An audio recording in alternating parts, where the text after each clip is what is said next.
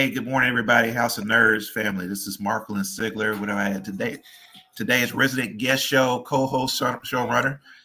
So I apologize for the technical difficulties. You know what happens whenever I run the show by myself? It's always something go wrong. Except for the show I plan to run by myself. We go on record saying that. When I plan to run it by myself, it goes right. So I want to shout out, my other host and Elle. Elle has been a great help to me today, getting my technical issues resolved. So Elle, if you're watching, I want to make sure I shout you out for that.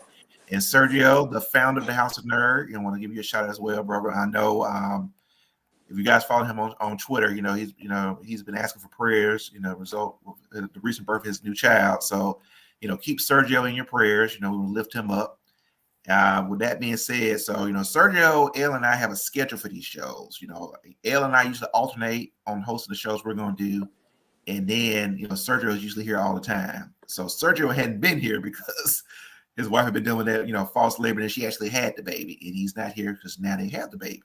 So I'm here again. Congratulations! And we're doing something special, which we're going to call the Birmingham Bros Edition. So for those who don't know, I'm from Birmingham, Alabama. Born and raised, although I've lived in El Paso, Texas, Charleston, South Carolina, Atlanta, Georgia, but I'm from Birmingham, and I'm currently residing back in Birmingham again. And today's episode is similar to that last episode, which I actually planned to do, but this is Brothers from Birmingham. So for those who've watched that episode 109, which is now a classic, I think it's one of the highest viewed episodes. Hopefully we can run up this one as well. You have Damien, the unindicted. He's back again because he's also from Birmingham, born and raised. And he's currently residing in Birmingham again. And then I want to introduce to the fold another one of my Birmingham bros, Ed, who is just here. That's he has his thing right here. So, Ed, since you're the newest person in the House of Nerd, tell us a little bit about yourself, and we'll take it from there. Well, we're starting with me. My name is Ed, and Marquelon and I have been friends for almost 20 years. And, we kind of came up in our respective fields together. I met Damon soon after through Marquelon, and we've been knowing each other for a long time, too. And they are real comic experts. I used to be. Now I feel like almost like I'm just a novice now at this point, but I do have a very comic book perspective on the world. So no matter what we're talking about, if it's about comic books, I can relate to it. So I'm just happy to be here to share a platform with these masters of the art, and I just look forward to adding my little 2 cents. Okay, well, we appreciate it. It will be more than 2 cents. I tell you that now. So I can tell you that now. And Damon, you've been here before, but kind of reintroduce the House of Nerd family. Anybody watching the show to tell them who you are. Yeah, man. So I'm Damon. Originally from Birmingham, back here now. Lived in Chicago for a bit, and was it Mark and I? We met in college back in at least August. You ain't gonna get no years. Just tell us. Okay, we go back. We go back. We met freshman year in Morehouse, so freshman year in Morehouse. Y'all see all that stuff. We showing enough age. But that's wisdom. That's wisdom. That's what we gonna call it. That's all it is. That's all it is. It's wisdom. So now I gave the age away. I started reading comic books when I was 11 years old, and you kind of guess how long this has been going. So it started X-Men 271, and that I came up on the mutant side of Marvel for the longest time. And so you're always going to see that side of me. It's always going to be about mutants. I'm standing for Batman. I know that about myself. I acknowledge that. Oh, this brother's the biggest Batman stand I know. I don't care what it is. Batman. I'm gonna tell y'all, for y'all watching, we'll see this later on, man. Damon and I went to Dragon Con, and Marcus, who was on here before, he went with Marcus and Kevin. All 4 of us went. So Damon goes to Dragon Con and buys an actual Batarang. Yeah, bought an actual Batarang. I'm not lying. This actually happened. Yes, I don't blame. I wish I would have. It was a. Do you have it? It was dope. I have it somewhere. I don't know what happened to it. But you know, over the years, you know, just all the stuff that you know, Is moving and stuff. But it was a razor tip. It's the bat like a real bat symbol, and you could, and it had 4 holes that you could put your fingers through, like with brass knuckles, and it was razor tipped on the edges of the wings. I used So to if you beg threw him to it, let us actually throw it. He refused to actually throw it. I was like, man, let's just throw it. It's a I would've batarang threw because it. that's what it's there for. I must say, you have to throw it, damn. If you don't let them do it, have you thrown it? I think we got one good throw, and I've never thrown it since. And But, I mean, you know, we had to beg him, man, just throw it one time. Just throw it one time. It's a batarang. It's I first of all, I don't see anything wrong with Damon having bought that. Which I agree. Done it, but he's the biggest bat stand I know for that right there. And this was like I would have done it too, but I also would have thrown it. You know. Yeah. Well, I tell you, he came in handy sometimes because, like, if you, like late at night, something like that, you hear something weird, you know. You grabbed the batarang. I really did. I grabbed the batarang and just had it. My fingers run through it and everything. Like, okay, I'm ready. What is it? What we doing? I mean, and I'll say this much because at that part, you know, that during that time period, I was living in College Park, Atlanta. So, you know, shout out to anybody from Atlanta, Georgia, watching this. You know, College Park outside of Atlanta, technically, another city. And so, you know, you kind of needed weapons in some parts, you know, you kind of did. So I get that. So, yeah, that's real intimidating to a crook too. You know, somebody pull out a batarang, you know, you're gonna like, wait, so what's going on with this guy? This is a batarang? Yeah, hopefully they don't have a pistol, but still, though, he would be intimidated. Yeah. All right. So I want to remind everybody to please remember to smash that like button, to like the show and subscribe if you already have not subscribed. You know, of course, you know, we're doing this, but we always want to build the viewership up. You know, this is grassroots comic book, you know, fandom activism right here. So we're going to start right there. And like I said, I like how they got us for our banner. That, you know, we're live with the Birmingham Bros. You know, nobody here's an Omega. I'm unaffiliated, but I know Dave is an Alpha and Ed is a Sigma. Open certain. So let me go ahead and get at, you know, that I think that's just like bros as black people, black real bros, not, you know, the bros, the Omega. So no disrespect for them, you know. All right. So as we get started, so Ed, since you're new to the House of Nerds show, I'm gonna ask you the questions that I got to ask Damon, Marcus, and Kevin last when they were on here. Tell us how you started reading comic books. Let's start with that, because you know I'm a comic book person. This is my room at the House of Nerds for the comic book stuff. So tell me how you started reading comics, Ed. I guess I could be described as a second generation comic book reader. Okay. My father introduced me to comic books at a very early age. I was younger than 11, I know. And the first comic books that he introduced me to were Thor. Okay. And so that's why I thought this might bleed over into another question you have for us, but that's why Thor has always been one of my preeminent comic book heroes.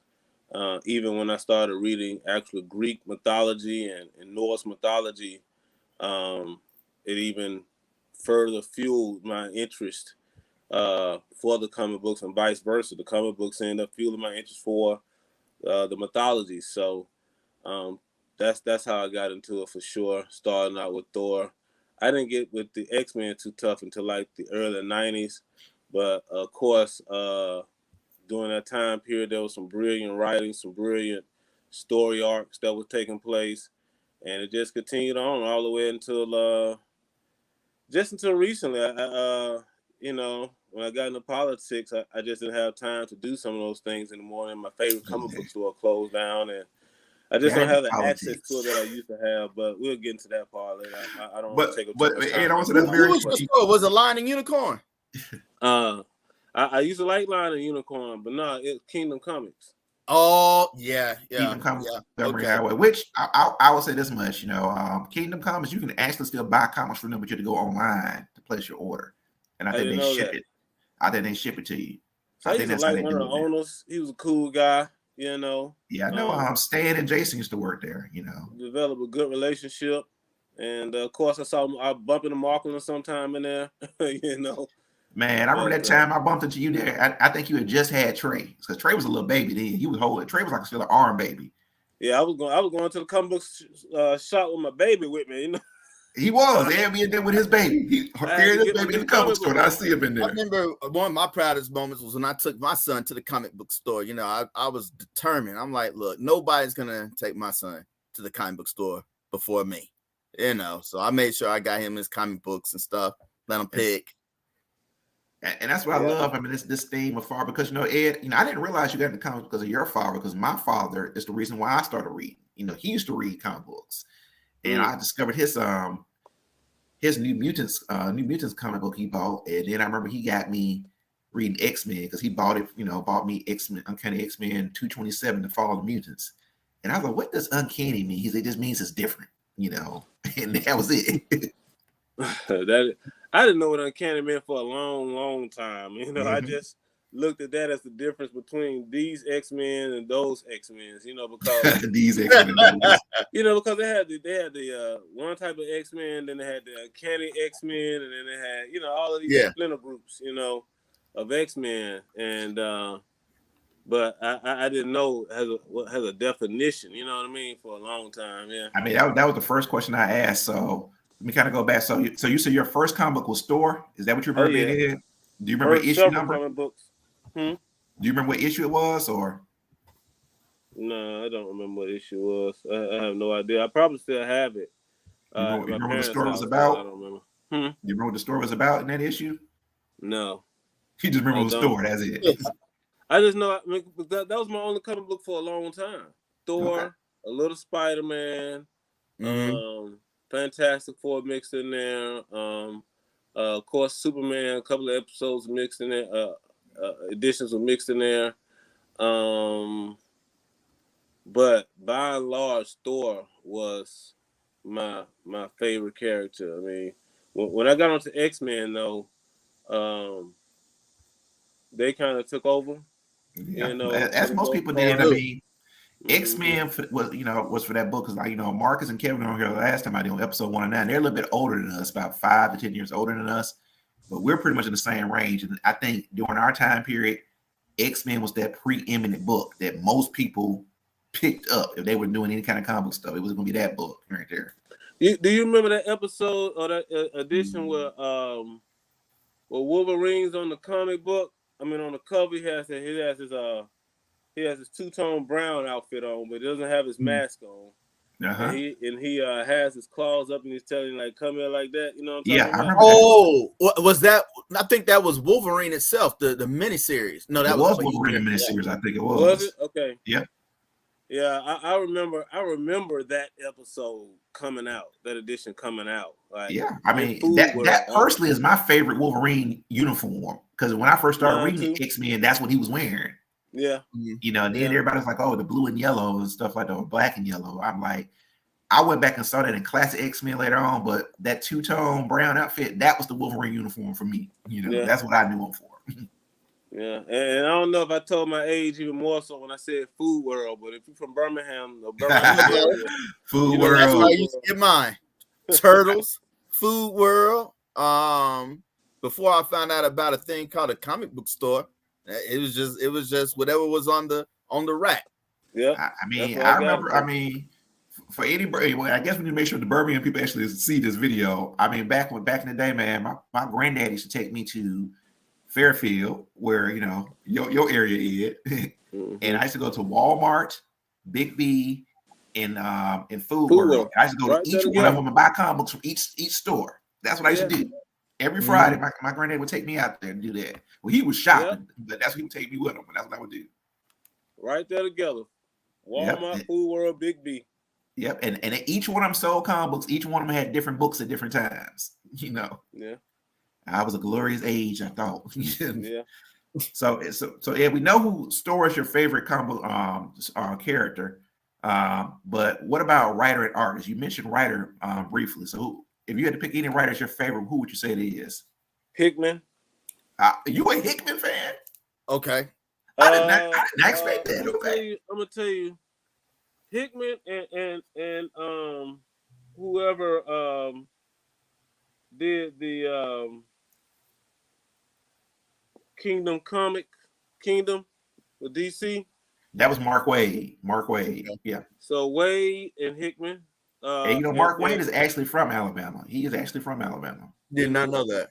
Yeah, Okay. Mark Wade's from Alabama. I think he's from Hueytown, Alabama. For y'all watching, Hueytown is a suburb of Birmingham, but he's actually from here.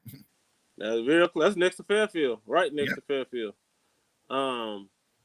But Hickman game I respect on a few comic books, but the Fantastic Four,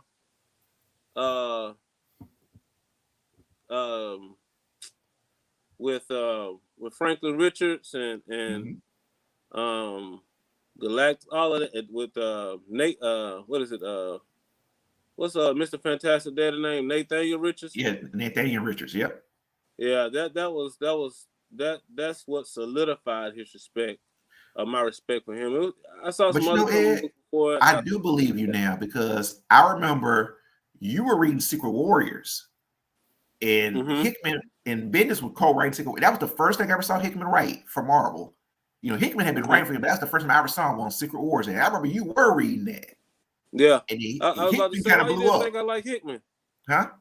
Why you surprised that I like Hickman? I thought you were gonna go to older writer. Hickman is more of a Hickman is more of a contemporary writer. He's famous again for his work he just did on X-Men now, the current run of X-Men. Hickman took me so deeply. Huh? But let me tell you why I like Hickman. I think, and I would have to go with somebody like that versus somebody in the 90s, or I mean, I say 90s. I think he's probably around in the 90s, but I just picked up on him in the past, in the 2000s. But the depth of his writing and what he includes in there, it Ed Freeze. It really brings up to the real world. Did you hear me? Yeah, I hear you now. I hear you now. It froze up for just a second. I said it really brings a closer connection between the comics and the real world. Okay. And it's different, but it's also emotionally provoking. Yeah, and I like the scale of his thinking. It's a grand scale a lot of times, So all these different moving parts, if you can keep up with it, it's kind of cool. When I say moving parts, it's almost like a comic book Pulp Fiction. You know what I mean? I agree. What's going on?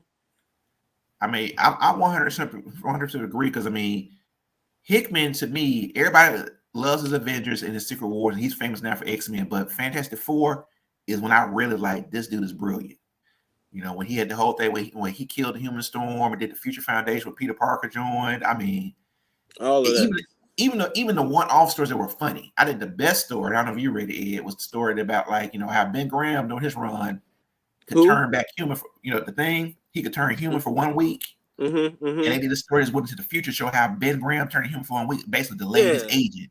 And he was like way in the future. Everybody else was dead, but he was still alive. Except for Franklin. That's a good example of the emotionally provoking. Like, I almost cried. I almost wanted to share I hate to admit that in front of the whole world on this platform. I like crying in front of people, but yeah, man, I felt that. You know what I mean? Like, and then at the end, Richards went and just had a bill with him. He stopped his work and went and had a bill with them. That's right, because Reed Richards was what he was trapped to the future, and he was seeing all this stuff. No, he wanted to know. He always just said he was with his days. Like, I just want to know. I just want to know. So they kept going further and further. And then eventually they got to the end, and after they saw how he eventually died, I think he went back to the present time, to his lab. He stopped his work and went and just sat down to have a beer, sitting on the couch with his friend. He didn't say anything, but I want to say the things like everything all right, and he's like, yeah, I just wanted to sit down, and then he got quiet again. I think the thing said something like, I love you too, or something like that, or I miss you too, I think, or something like that. And that was just real to me. I have a group of guys that I grew up with, and we like brothers. We had a very special block. And like for example, the other day I was on the phone with one of them, and you know, like, oh man, be safe, man. Have be good, you know, blah blah blah. I ain't gonna lie. I just want to say, hey man, love you, man. You know, be good. And I didn't say it because I got to be macho. You know what I mean? You know, guy. You know. But he said, man, hey, I love you too, man. You know. I said, yeah, you know, I wanted to say it. He's like, yeah, man, it's okay. And that's what you do as real brothers, you know. And he and then the thing, they have that type of relation. They're family. And that's another theme I think Hickman uses to bring his stories home. These connections between the different characters. So, yeah. I mean, I think that's brilliant. I mean, I'm glad we talked about it because that was one of the best Fantastic Four stories I'd ever seen, because he really captured how much they were family, and he captured the whole Reed Richards and Ben Grimm friendship. You know, like, man, you know, and I get you, Ed, because you know, you need that sometimes. You know, my boy Scotty, you know, he called me and checked on me, man. He said, man, and I don't know if it's because we just getting older. He's like, man, I just want to let you know I love you, man. It just, you know, it's gonna be all right, you know. And I'm like, man, you know, I love you too, man. It is good that we to that point. We like, hey, man, I love you. It's, you know, I want to see you. Let's get together. Let's do something. I was like, all right, man, that's good. You know, and that kind of prompted this show because Ed, you had a birthday party at your house. Yeah, and they was there. We was all talking. I said, man, and that's how we got to this show right here, man. and you know, I think I mentioned him when I spoke at my birthday party. But yeah, you know, y'all were there, man. We had a real good time. Really good time. I really felt like, you know, my family was there. You know what I mean? Mm-hmm. Blood related and non-blood related. You know. Well, that's great, man. So continuing on, Ed. So we got Hickman as your favorite writer. What about artists? What are you thinking? I don't really know artists like that. I can tell you that by and large, whoever did the Kingdom art. Now you talking about the original Kingdom Come was Alex Ross. I can tell you that. Kingdom Come, exactly. Yeah, Kingdom Come was Alex Ross. Exactly. Yeah. And to be clear, we talking about, I want to make sure we clear on the story. You talking about the story basically where the ghost guy goes in the future and he sees Superman, and then, you know, that Superman and Shazam had that big moment where he's like, hold Shazam mouth. He said, but you, Billy, you can do both. That's what we're talking about. Yeah. That is one of the best moments. Go ahead. It's kind of like no, just kind of describing the storyline. It's actually kind of like today, where you have, like, I would say my parents' generation, and then our kids' generation, and the difference between them, just the superpowers, you know, and you know what impressed me about the art in that particular comic book was that it had a realistic look, but still a comic book feel. And the older characters, he would utilize one style to make them really seem like the older characters. But he would use another style when he was writing like out Golden Age kind of look. Yeah, exactly. That's exactly, you're right. That's exactly what he did, man. I didn't realize it. When he dealt with some of the younger characters. And I thought that was just real real thoughtful. You know, like you have to that's real creative, I'm trying to say.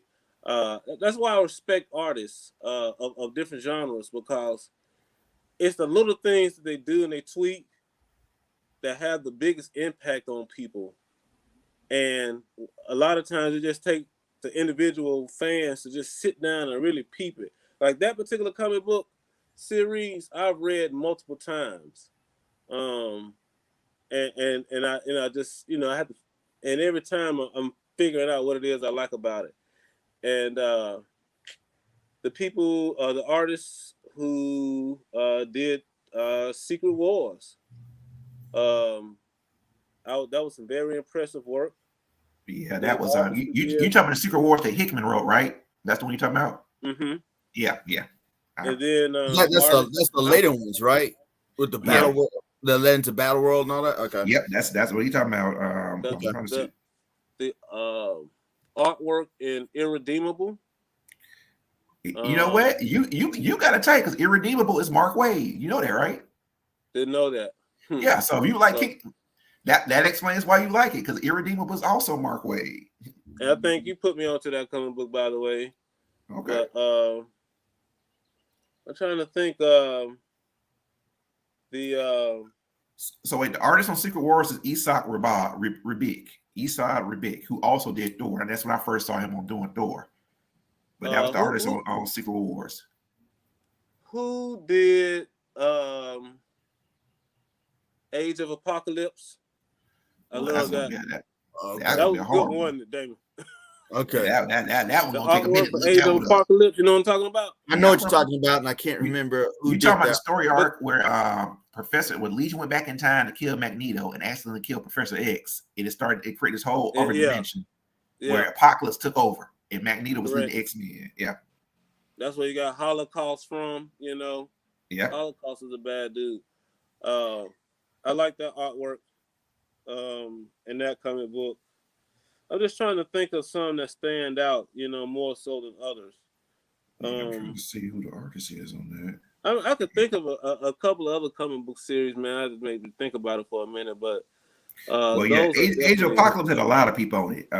Adam Kubert, Chris Bacalo, Salvador Roca, Steve. There was a bunch of people. So that was definitely a team because that ran across a couple of different books too, you know. But yeah, 𝐬𝐸𝐸 Rebick. I'm talking about the original series, though. Yeah, it did spin off into some other stuff. Yeah, I had to figure out who did the main series. Yeah. What else? War of Kings. I like the artwork in that. Yeah, War of Kings was good, man. Yeah, you know what I'm talking about? Some classics right here, boy.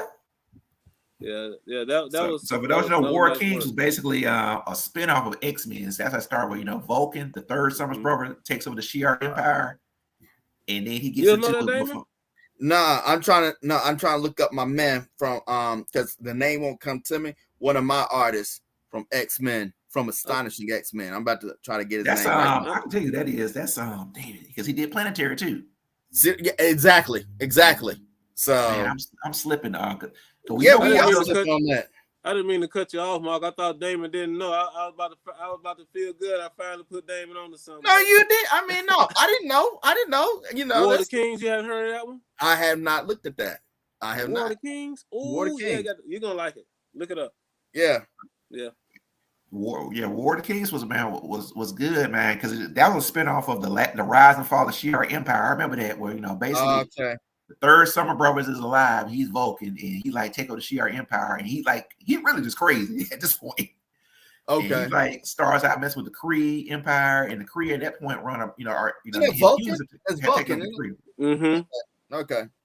And then Black Bolt decides to take the war to the Kree Empire, right? And so that caused a conflict between him and now Vulcan, and then who else is in there? I feel like I'm missing somebody. I mean, basically, it was like the Guardians of the Galaxy were involved. All the Space Age characters were involved in it. It was kept off Earth. In the War of the Kings. All right. But it literally raised the Inhumans to a whole new level, because the Inhumans ended up taking over the Kree Empire. The royal family of the Inhumans was actually ruling the Kree Empire. And at that point, Vulcan was running the Shi'ar Empire. He's like, well, I'm going to take y'all over too, you know? Hey, can I just talk about one moment in there? Oh, go ahead. That was like a real tight moment to me. It was a real impressive moment. When Black Bolt had begun his conquest of the Kree Empire, and there were ambassadors from the different races or citizens of different sectors or what have you, or particular planets. They were talking to Black Bolt, and they had a kind of disrespectful tone in what they were saying. Black Bolt, doesn't talk much. He can't. When he talk, I know they say when he talk, people listen. When he talk, people die. And he gave them a response that they did not really want to hear. And in the midst, he destroyed half of the room that he was sitting in, including those disrespectful ambassadors. But it was just, he wasn't there to play with them. And he let them know from the top, we in charge. This is how it's going to be. Don't come here with that disrespectful stuff because I'm not the one. And that was a pretty impressive moment. You'll like what I'm saying, Damon. When you so wait, hold up, Damon. Let me Huh? say what this right here. So, Damon, have you read War Kings? I haven't. All right, so I'm not. So I'm gonna get on it though. So well, hold on. I'm gonna do this live and air. So, all right, for those y'all don't know, my comic book bros, Ed knows this, and Damon, you know it too. For y'all birthday, I usually try and get y'all something that y'all hadn't read, Yeah. So, Damon, I have been thinking about because Ed's birthday was in May, Your birthday comes in July, Damon. Yeah. I have been thinking about what I was gonna get you. I was really leaning towards Immortal Hulk because I know you're a Hulk fan. Yeah, he cool. Cool. Because Damon also had a. Did you have a Hulk character? statue? But I didn't read a lot of those Hulk stories because again, that comes on that Avenger side of things. And I was like, not that I'm against it. It's just that I didn't come up. But I'm like, I was gonna get you Immortal Hulk because that's my favorite Hulk run as of the moment right now because I'm an 𝐬𝐸 stan at this point. But I may get you War Kings if you're interested in it. I'm interested. I want to get. I need to learn a little bit more about the space stories. Now that I'm done with the rephrase that. Now that James Gunn is done with the space stories, for Guardians of the Galaxy, and I know they're supposed to be bringing in the X-Men. I'm like, well, I want to see the Star Jammers and all of that. But there again, I wasn't big on the space stories, so it's like, all right, so. This is an opportunity to take. We'll see. We'll see. Your birthday's in July, so we'll see. Because also my sister's birthday. Yeah, I know I got 3 sisters born in July. They already sent their list and stuff like that. But we'll see. And take care of your sisters. I'm gonna be straight. But Ed and David both know I've done this for y'all birthdays multiple times. I got y'all stuff, and it warmed my heart. David said, "You put me on the planetary for my birthday, and I never forget." I said, God. John Cassidy, that's the writer. It was John Cassidy. That's what I was looking up. And I got it. I was just waiting. John Cassidy. All right. So Ed, we got through writers and artists. So Ed, you named out a couple stories already, but have you named out your favorite story? Kingdom Come was one of my favorite stories. I named, the ones I named, I can add to that list. Other than what I've already named, like Secret Wars, Kingdom Come, Age of Apocalypse, the Onslaught series from the 90s was one of my favorite. I said Age of Apocalypse. Let me see what else.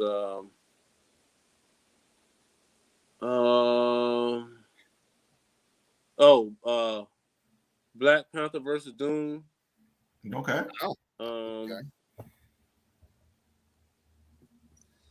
Of course, Ragnarok with Thor. Okay. I have more than one storyline with Thor.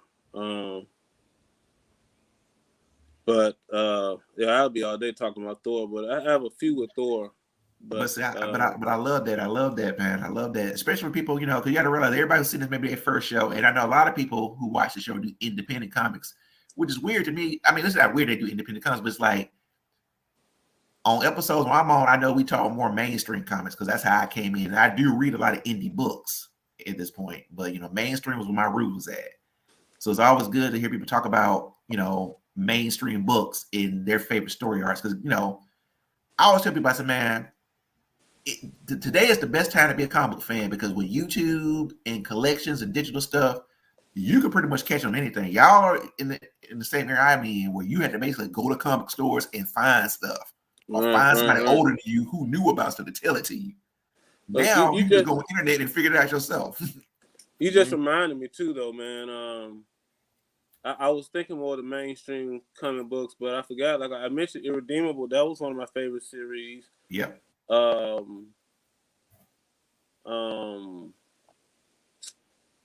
was another one I want to say. You kind of introduced me to was Jupiter's Legacy. I really Jupiter's did Legacy. like We be in the store getting Jupiter's Legacy. You know, huh? I remember we was on that Jupiter's Legacy. And I think Jupiter's Legacy came back. Huh? They've done another Jupiter's Legacy, maybe 2 more books since the original book ended. Because the show came on Netflix. Jupiter's Circle. Yeah, Jupiter's Circle. But they went back and did another Jupiter's Legacy story to focus on the kids. It came out probably in the last 3 years. Oh, really? Yeah. I didn't hear about that. Yeah, it was out. I read it. I don't think Mark Millar ended it though. I don't remember him ending it, or maybe I just didn't get the ending of it. That may be what happened. I'm gonna look that up today. Yeah, Jupiter's Legacy. It was like Jupiter's Legacy 3 or something like that. I was waiting on that one. Yeah, that's another one I hadn't read. Yeah, Jupiter's Legacy was good. The show didn't do the book justice. The show did not do the book justice. They just should have stuck to the story. I believe that too. When I saw the show, I was like, I don't know. But I imagine that the book had to have been better.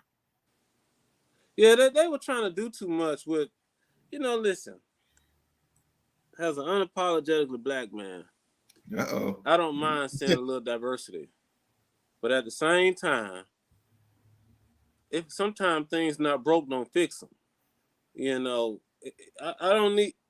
I don't want you to ruin the story to try to change the comic book characters to appeal on some type of diversity tip. Just keep the story the way it is, and let your actors reflect the characters, and not change the characters to try to fit to the actors. I don't really always buy into that, and but I don't think that was a big problem. But I don't think that's what killed the show though. Wait. Well, let me say this. And it wasn't just about the race. Also, I think they were trying to appeal to too many of the wrong people. They should have done what was necessary to maintain the base, of people who would have been interested in that. You could try to add to expand. I understand what they were trying to do, but I think they just went a little bit too far. I'm sorry. Go ahead, Mark. No, I think part of what killed Jupiter's Legacy is, one, it was slower. And at that point, we had a bunch of we had stuff like The Boys out. We had The Boys and Invincible out at that point, and those were fast shows. Those were brutal shows, that you saw what happened real quick. In addition to the CW shows in the Disney Plus shows, I think what killed Jupiter's Legacy is that basically they were it was delayed several times. I remember you and I were talking about it was supposed to come out, and then they got pushed back. It come out, got pushed back, and by the time it came out, it was nothing new. It was bringing nothing new to the table, because you had seen The Boys at that point, you had seen all the CW shows at that point, you had seen the Disney Plus shows at that point. I'm pretty sure Invincible had come out on Amazon Prime at that point too, and Invincible was like, oh shit, But see, if they stuck, that's my point. If they stuck to the comic book, it would have been like that, because in the comic book, the very first episode, I would blow. Yeah. That the very first episode, the most mightiest superhero in this comic book universe gets killed gruesomely off the top. The utopian character, yeah. I mean, they took that man out quick. And you're right. That when Jupiter's Legacy starts, for y'all who just watched the Netflix show, because he's basically in the entire show, and I think he gets jumped at the end of the show. But in the comic book, it starts off with them jumping him. It starts off like that. It starts off, and then it have a couple of down parts, but they're building the other characters, but they're building it in an exciting way. So even I don't know what the hell they was thinking. How they went about developing the Skyfox character. I mean, just stick with the doggone comic book, man. You know, that's what made everybody like the whole comic book series, and what was going to attract them to the live action. You know, and see, having no background in it, I didn't know any of that. So I just what I can remember, and I say it that way, what I can remember, because the show to me was not very memorable. I just remember like specific words and impressions from watching the show, such as I don't like this guy, talking about the son. For some reason, I can't remember what it was, but I just did not like the son. And yeah, it was just something. It just wasn't working for me. It just was not working for me. I mean, and sadly, that's what happened. I mean, but luckily, if you may not know this, you know, Mark Millar, who writes all those books, this is part of Mark Millar's Millar world. He's going to do this thing called Big Game now, which is basically going to combine all his universe, his characters from the universe in one story. That's what they say. I don't see how they're going to pull it off. So, I mean, we should see the characters from Wanted, you know, Jupiter's Legacy, you know, Nightclub, you know, I don't know how it's going to work or if it's going to work, but that's the premise they're selling me on right now. So they're all in the same universe. Wanted and Jupiter's Legacy is all the same universe. Well, you know what? They've already kind of done it. I get Nemesis. I don't know if y'all remember Nemesis. It was like, what if Batman was evil? Was the premise of what if Batman was evil? If a guy just trying to be the best criminal in the world, and he's all in white and stuff like that. So they brought Nemesis back for Nemesis Reloaded to explain, like, all right, well, this is the origin of Nemesis, why he's still doing his, you know, his Batman-like crime stuff. And at the end of it, spoiler for all y'all who hadn't seen it. They named him Nemesis. What was the name of Optimus Prime counterpart? Megatron. Megatron. No, there was a dark Optimus Prime. There's a dark Prime. They cloned him or something like that. I'd say clone. And I think his name was Nemesis. You going like a purple and black Optimus Prime. We're going to look that up because, you know, Transformers ain't my strong suit right now. Yeah, it just came to mind when, you know, talking about Nemesis, you know. That was a Nemesis also in Age of Apocalypse. That's who there was Nemesis. Holocaust. His name was Nemesis too, but I know what you're talking about. You're talking about the comic book Nemesis. Yeah, I mean, you know, and basically the Nemesis Reloaded, they just finished a month ago. Basically, it ends where basically you found that Nemesis was a member of the fraternity from Wanted, and his mentor was Wesley from Wanted. Wesley, the one who inducted him into the fraternity. And he's like, all right, you know, you finally passed the final test. You a member of us now. And it's like the world they're in, because y'all remember from reading Wanted that basically the comic book, and the movie is different from the comic book. Let me say that. Y'all play the Wanted movie. In the comic book, you know, basically this guy, Wesley Gibbs, is like having this bad life, and he finds that his father is, you know, one of the greatest villains of all the world. And he basically gets trained to recruit it and take his father's place in the fraternity. The comic book also says basically that the world changed in 1986. The superheroes were in the world, and the villains all got together and beat the superheroes. And that's basically Crisis of Infinite Earths. What happened? And when they beat the superheroes, they basically took over the world, and fraternity rules the world. So I think they're trying to say that Nemesis, the world he exists in, Nemesis is the world that the fraternity is on, and they took over. By the way, it was Nemesis Prime. Nemesis Prime. Got it. Nemesis Prime. It just reminded me of another comic book series, though, I like, but I can't recall the name of it. It was a Justice League comic book series where all of the heroes and the people of the earth have been infected with the nanovirus. Okay. You're not talking about deceased, are you? Huh? You talking about deceased? No.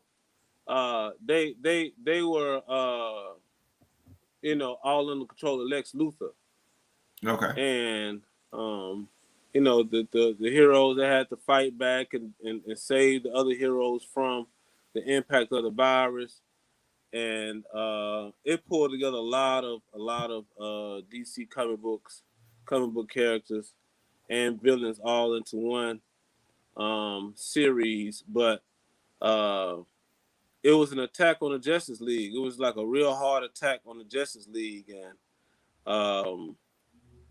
I'm trying to think I know towards the end or in the end, what's the metallic group name? The different metals: lead, gold, The silver. Metal Man. Metal Men. They joined the Justice League, and they cloaked the Justice League heroes with themselves, has different metals, and one cloaked, the one that cloaked Superman was gold, but when Lex Luthor tried to use the gold against Superman later on, somebody tried to use kryptonite against Superman later on, it actually was Shazam covered up, but they had the crest on there to make it look like Superman, so Superman could be doing something else that was important. You don't know what series I don't know this one. When did it come out? I'm going to go look up. Hey, give me a second. Who is? We had a couple people that were just saying hello, so I just want to make sure. Oh yeah, I'm sorry. Okay. So yes, I see. Nerd Solutions said hey, and then I see Elle said hey, and Ruben, who I've had to do the show a couple times, he said, "Yeah, Ruben is good too." Because Ruben will find me on Twitter, at me on Twitter, "Hey man, you see this comic book right here?" Ask them, do they know what I was just talking about? Can they? Well, they watch it, so they'll see it. So, oh man, I can't believe. So my first time, you see people struggling, help. I'm like, help. It came out. We'll figure it out. All right, so man, it was a great series too, man. So, comic book movie. We kind of touched on this before too. Comic book movie. What do you think? What's my favorite comic book movie? Yeah, what's your favorite comic book movie, man? Man, I was just so happy when some real comic book movies started coming out, with X-Men and Iron Man. So, and me and Damon have had this conversation before because people tell me these are bad movies. I look, man, y'all ain't seen no bad movies. We have seen bad stuff. Man, people do not appreciate anything. Oh yeah, that stuff that came out when we were growing up was. Was no comparison. Like when you said Food World, Ed, when you said going to the grocery, because I remember going to the grocery store on Green Springs, the Food World on Green Springs, and I will never forget when Infinity Gauntlet came out. I didn't know anything about this. Was all Avengers stuff, and I was an X-Men type.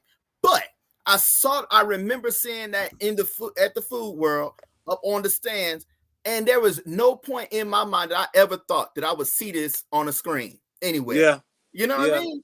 And so I wanted to. I just didn't think. Some people, I feel like they just don't appreciate this. Like, I mean, you want quality, but appreciate how far we have come. Yeah, I sound like the old civil rights people, don't I? And that's what makes it hard for me because I'm like, these stories have actually come to life, but to me, I'm just enjoying every minute of it, like I'm back in the 80s and 90s, Right. But I guess I'm just happy to see my Marvel cards come to life. Like for real. I didn't know. Okay, cool.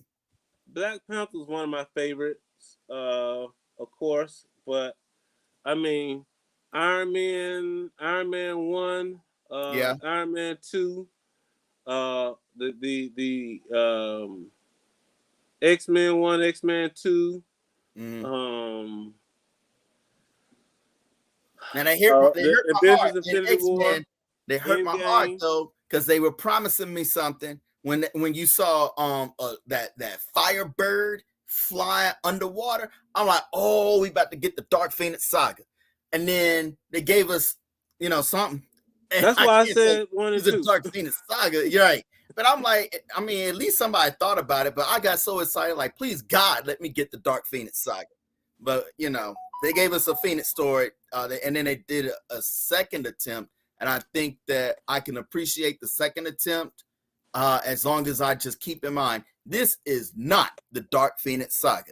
This is not at all. Phoenix, but not at all the Dark Phoenix saga. They just used the character concept, and that was it. That's it. They didn't do much of a good job of that, but that's another story. I'm not trying to dog anybody. I'm not going to disparage them, but just happy to see the attempt. So, of course, I was thrilled when Thor came out. Okay. I was definitely thrilled when Thor came out, but my favorite Thor movie was the last one. Let me see. I like that I like Incredible Hulk, not the one that came out that looked cartoonish, but the one with You like the second one with not Eric Bana was on the first one. It was Edward Norton did the second. Yes, Edward Norton. Okay. And you see my man was in She-Hulk too. Abomination. Yeah, he was on Tim Roth. That's it, Tim Roth. Yeah, Tim Roth. You talking about the actor? The actor, right, who played Abomination. Yeah. Sorry, so I got knocked off for a second. They specifically casted him in She-Hulk.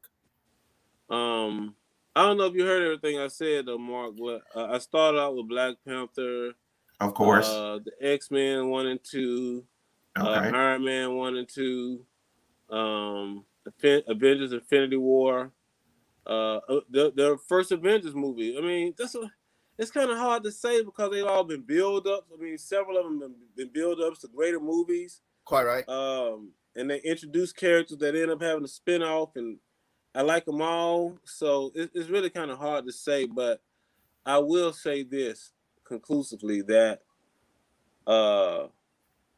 Avengers Endgame was the best. Really, just to say Infinity War Endgame was the Infinity War period, right?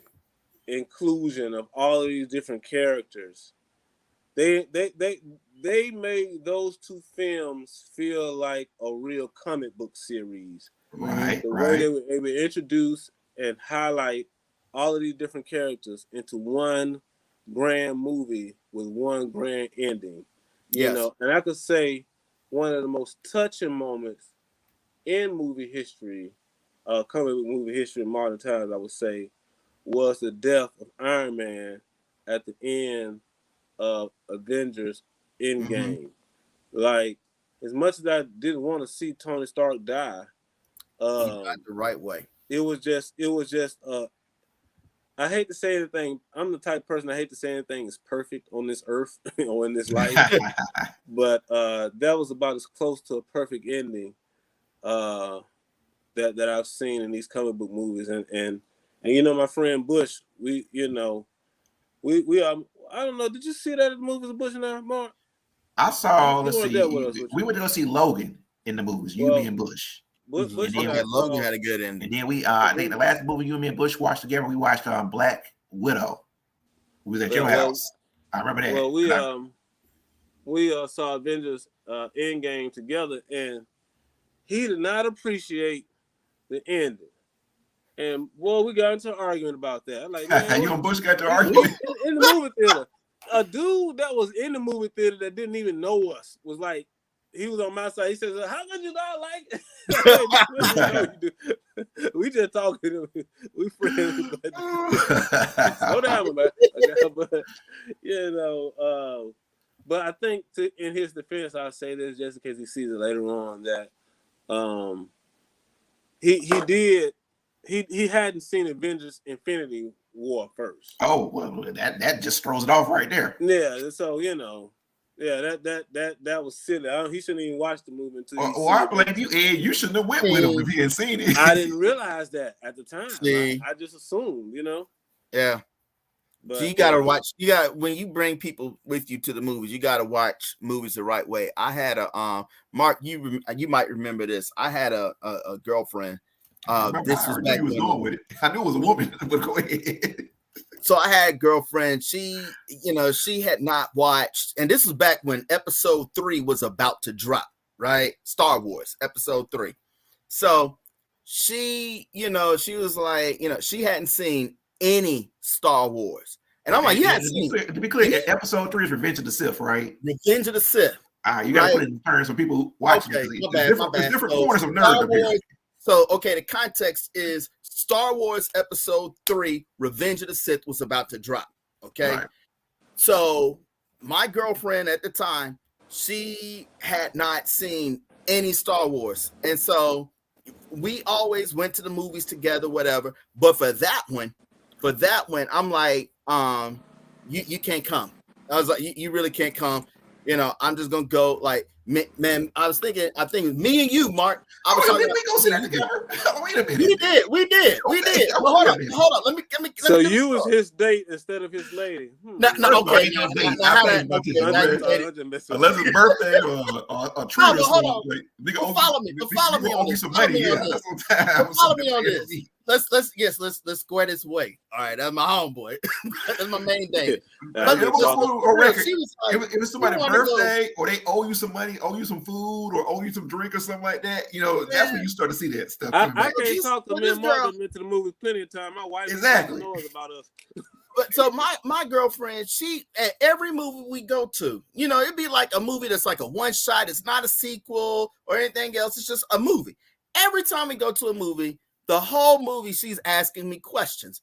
Why did you do this? Who did that? And I'm like, okay, just watch the movie and the director will reveal this to you in the process of the movie when he's ready. So that was it. So when it came to episode 3, and I knew she hadn't watched any Star Wars, and I know how she likes to ask questions, I'm like, listen, you can't come. Because if you ask me one time, is Darth Vader the bad guy, I'm a flip. And I can't handle that. So I'm gonna need you to. We cannot watch it. She was determined she wanted to watch it. So I said, "Look, you gotta watch all the Star Wars." Determined to watch it. Okay. I don't know why, but she was like, "I never understood this." I'm like, "Why do you want to see this if you're not even?" But whatever. So anyway, whatever. I can't figure it out. But I said, "Look, if you want to come with me to see episode 3, you gotta watch all the rest of them because I cannot be answering questions stretching back to 1977. This is just not gonna work." So she watched all of them except episode 2, and I kept telling her, "I'm like, no, for real. I'm gonna see this opening night for real. You need to watch it." "I'm gonna watch it, but I just don't feel like it." Okay. So then by the time it came out, episode 3 dropped. She hadn't seen it. Me and Mark went. Had a great time. Had a great time. Had a great time because Mark seen Star Wars. I've seen Star Wars. There were no questions. So let me say this because this is an interesting discussion. I'm glad we have it too. So for y'all who watched previous episodes, I talk about how I collected comic books basically until I was like 15, 16 years old, and I got a job, and I had to make a decision like, should I use my money to buy comic books or should I use my money to date women? I chose dating women, and by the time I got to Morehouse, I had regretted that. Because I had been through breakups and all this stuff, and I'm like, I don't money gone. I'm like, I should have just chose comic books. So, but it amazed me also because we were, me, David, Ed, we all like women. We like certain kind of women. The kind of women we most likely don't like this stuff. They just not really into it. For a long time, you didn't let your woman know you watch sci-fi or red comic. You didn't let your woman know that stuff for a long time. I let them know, like in the very beginning. I tell them, look, Ma, for real, I am a nerd. Dead ass. I read comic books. Dead ass. I've seen movies day one. Dead ass. I do not play about this. Do not try. But it missed me out because you were this woman who had never seen Star Wars or had never seen this stuff. Like, everybody's seen this. That's like American pop culture. I want to piggyback on what Damon was just saying. Like, he had to explain to them that, like, hey, he read comic books. And I had to, my wife knows this, but, early on, she had to learn that I would sit up and talk to somebody about comic books like they was for real. Like, it was the news from last week, right. like, I know comic books are not real, of course, but I would have a real discussion about a comic book and hypotheticals about certain storylines, like it's a real, like we're doing now, so right. Yeah. I feel where you're coming from on that. Yeah, you also gotta protect your community because I had somebody else I was in a relationship with. She saw that I would be like in the nerd group on Facebook talking or just we're just enjoying whatever. And because I'm happy, I guess she would just want to mess it up. But then she's like, well, I want to be in the group too. Put me in the group. I'm like, you can't be in the group. I remember that conversation too. And so then she was like, well, how come I can't be in the group? I said, it's science fiction. You like Young and the Restless. Do you ever see me ask you any questions about your soap operas? No, I don't watch your shows. Just, leave us alone. And so I said, okay, Ma, look, think about it. Do you know what a xenomorph is? And she was like quiet. I'm like, so you don't know what a xenomorph is? do you understand the culture of, say, 𝐬𝐤, Predator, anything like that? No. So I'm like, you don't know any of the sci-fi stuff. You don't care about the sci-fi stuff. Why do you want to be in the sci-fi group? She wanted to see what you was posting about. She wanted to see what so bottom line is her attention from you. I would not let was her in the group. She got mad. Someone else was taking her attention from her. This gonna go off of this. This gonna go off topic a little bit. I'm just gonna say, but you should have let her for two reasons. To at least give her a chance, first of all. And so either if she don't like it, you'll be able to say, I told you so. And the other reason is because at the end of the day, they just want to know. You know how women think, right? They be thinking on some other stuff, you know. And so you kind of have to keep that in mind. At the end of the day, she just wanted to know that you wanted her to be there and to be a part of your group and not have any. And since it wasn't nothing to hide, you didn't lose. You should have just let her, because otherwise you're going to ask for some trouble later on. I just throwing it out there, you know, because I just know these women, man. But that's another story. That's over and done, you know, so it's all. No, I mean, I would say this much. Let me say this much. Wait, hold on. Let me say this. Ed, dynamic. I got to protect the group too. Ed, you and I have been to the movies with your wife and to see a superhero movie. What? No, you know, but she was pregnant with your baby at the time, so we'll give her that. But she knew she embarrassed me though. He was like, "I'm so sorry. I'm so sorry. I'm so sorry." I'm still stuck on that part. She was pregnant with your baby. We'll give her that. Man, that wasn't it. I'm so sorry. I'm so sorry. I'm like, it's all right, bro. She could never had a child in her life. She still been just like that, you know. Because don't get me started about her. But yeah, that was another. But I took her, and guess what? That's to my point though. After that, I ain't never had to worry about her asking to go again. and you know, I love your wife. Y'all also my real estate class as well. So I love y'all. But I want to add this though. You just reminded me another recent, recent years, I call recent, comic book series that I really enjoyed dealing with Star Wars was that Vader. That Vader is fire though. That was really good. I enjoyed that. The comic book series. And yeah, in the comic book series. Had to ask. And I like the one about the spinoff that had with my man Bill D. Williams, Lando. Lando? Oh, you mean Solo? Oh no, comic book. Yeah. I'm thinking cinematic. My bad. My fault. They did one. They did a Vader, then they did a spinoff with Lando. And those were very good series. As a matter of fact, Lando actually will make you respect Lando a lot more. I'm gonna tell you what I like from Vader. I like it's not the comic book series, it was the original back in the Legends period. The original extended universe for Star Wars. What was it? Darth Vader's effectively a sequel to Revenge of the Sith, but not part of what do you call it? Of A New Hope. But that story, that novel was interesting. And then they redid it in the modern canon with Lords of the Sith. But those two, and it's kind of interesting to see Darth Vader and Palpatine, off planet doing stuff together, whatever. That was I really enjoyed it. And you kind of get a sense that there was a little bit of that Anakin still in him in Lords of the Sith. Because Anakin used to like to fix stuff, so he still had that penchant for dealing with mechanics and stuff like that, and he was not as quick to kill, like whole civilizations of people as his master was, even though he would do. I'm laughing at Gomez. Duality, man. I mean, Ruben understand, man. And I'm gonna say this much. My current girlfriend. Well, she went to go see Ant-Man Quantumania with me. How'd that go? She fell asleep. I mean, it was other stuff going on, but she fell asleep. Yeah. But she doesn't like any sci-fi fantasy stuff at all. She thinks it's all fake. She thinks it's all fake. She's like, it's all fake. It's all fake. She's like, it just looks fake to me. But this is somebody to your point about Young and the Restless, this is somebody that can tell you anything about Love and Marriage Huntsville or Housewives.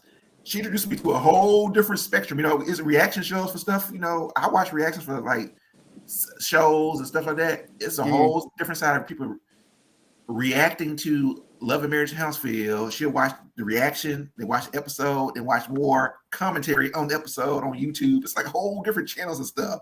Right. I'm like, you need to be doing this to get monetized, you know. But she's like, you trying to pimp? I'm not trying to pimp you, but I believe in your talent, baby. I believe you can make this work.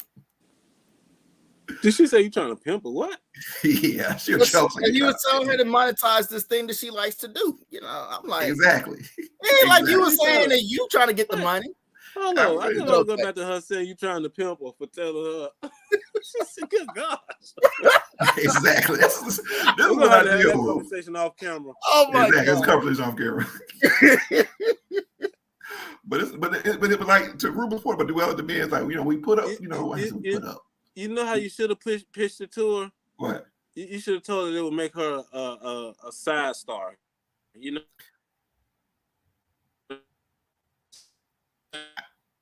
Like, it kind of faded away on me. Yeah, you froze for a bit, man. And if you would have told her that, and she could be getting money about another person, she would have did it, huh?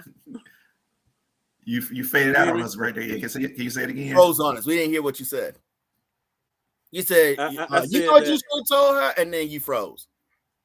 I said you should have told her that if she did it, it would make her like a little side star, and you know, she'll get popularity by doing all these you know, reaction videos to these reality shows. Oh, yeah. And she can get some money to buy another purse.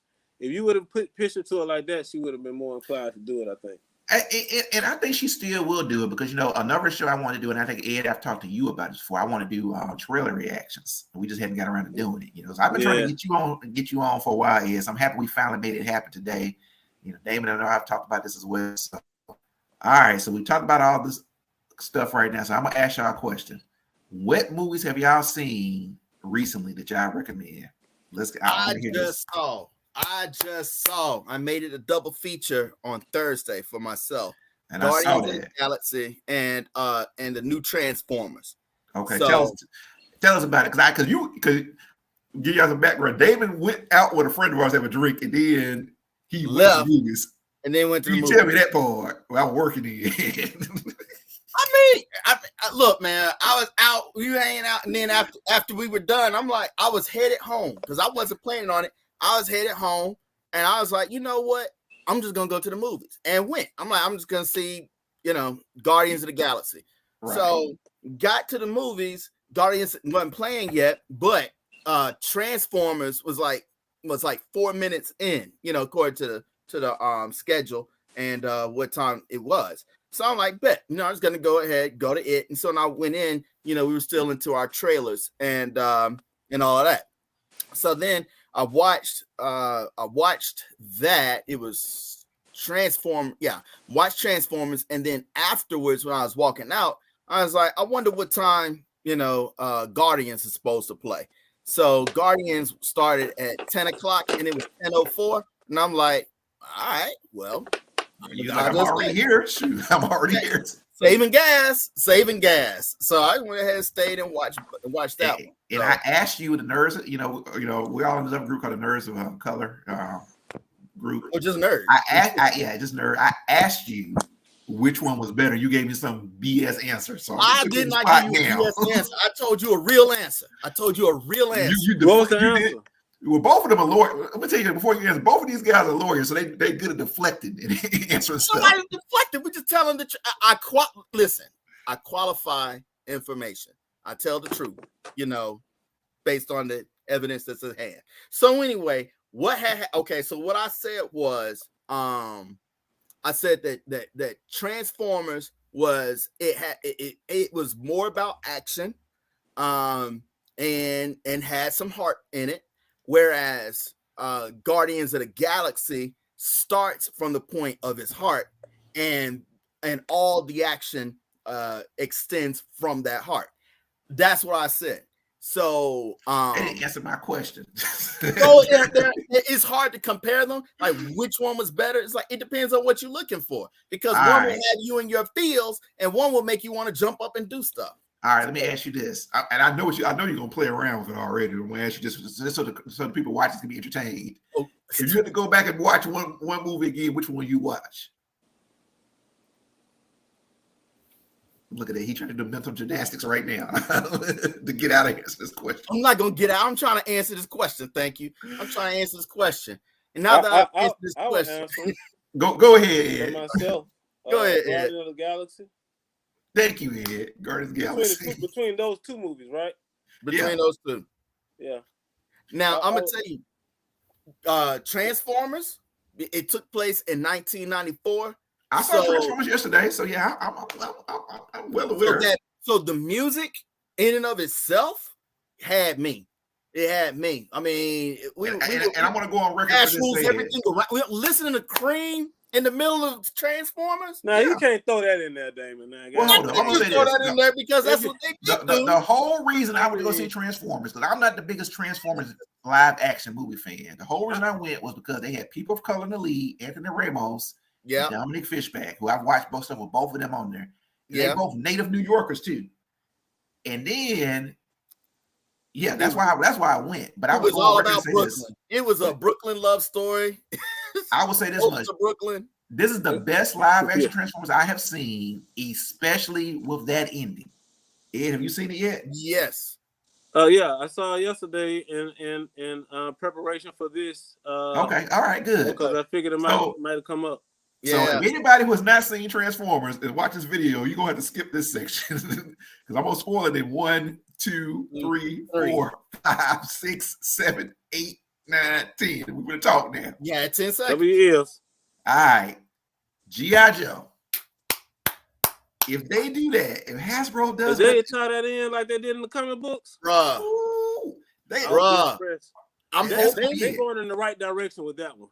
You remember, I've been saying I want to see Headmasters. So you remember from the cartoon Transformers, the movie where they introduced Unicron, and Daniel they gave him the little suit that he could use so he can transform and do all the stuff.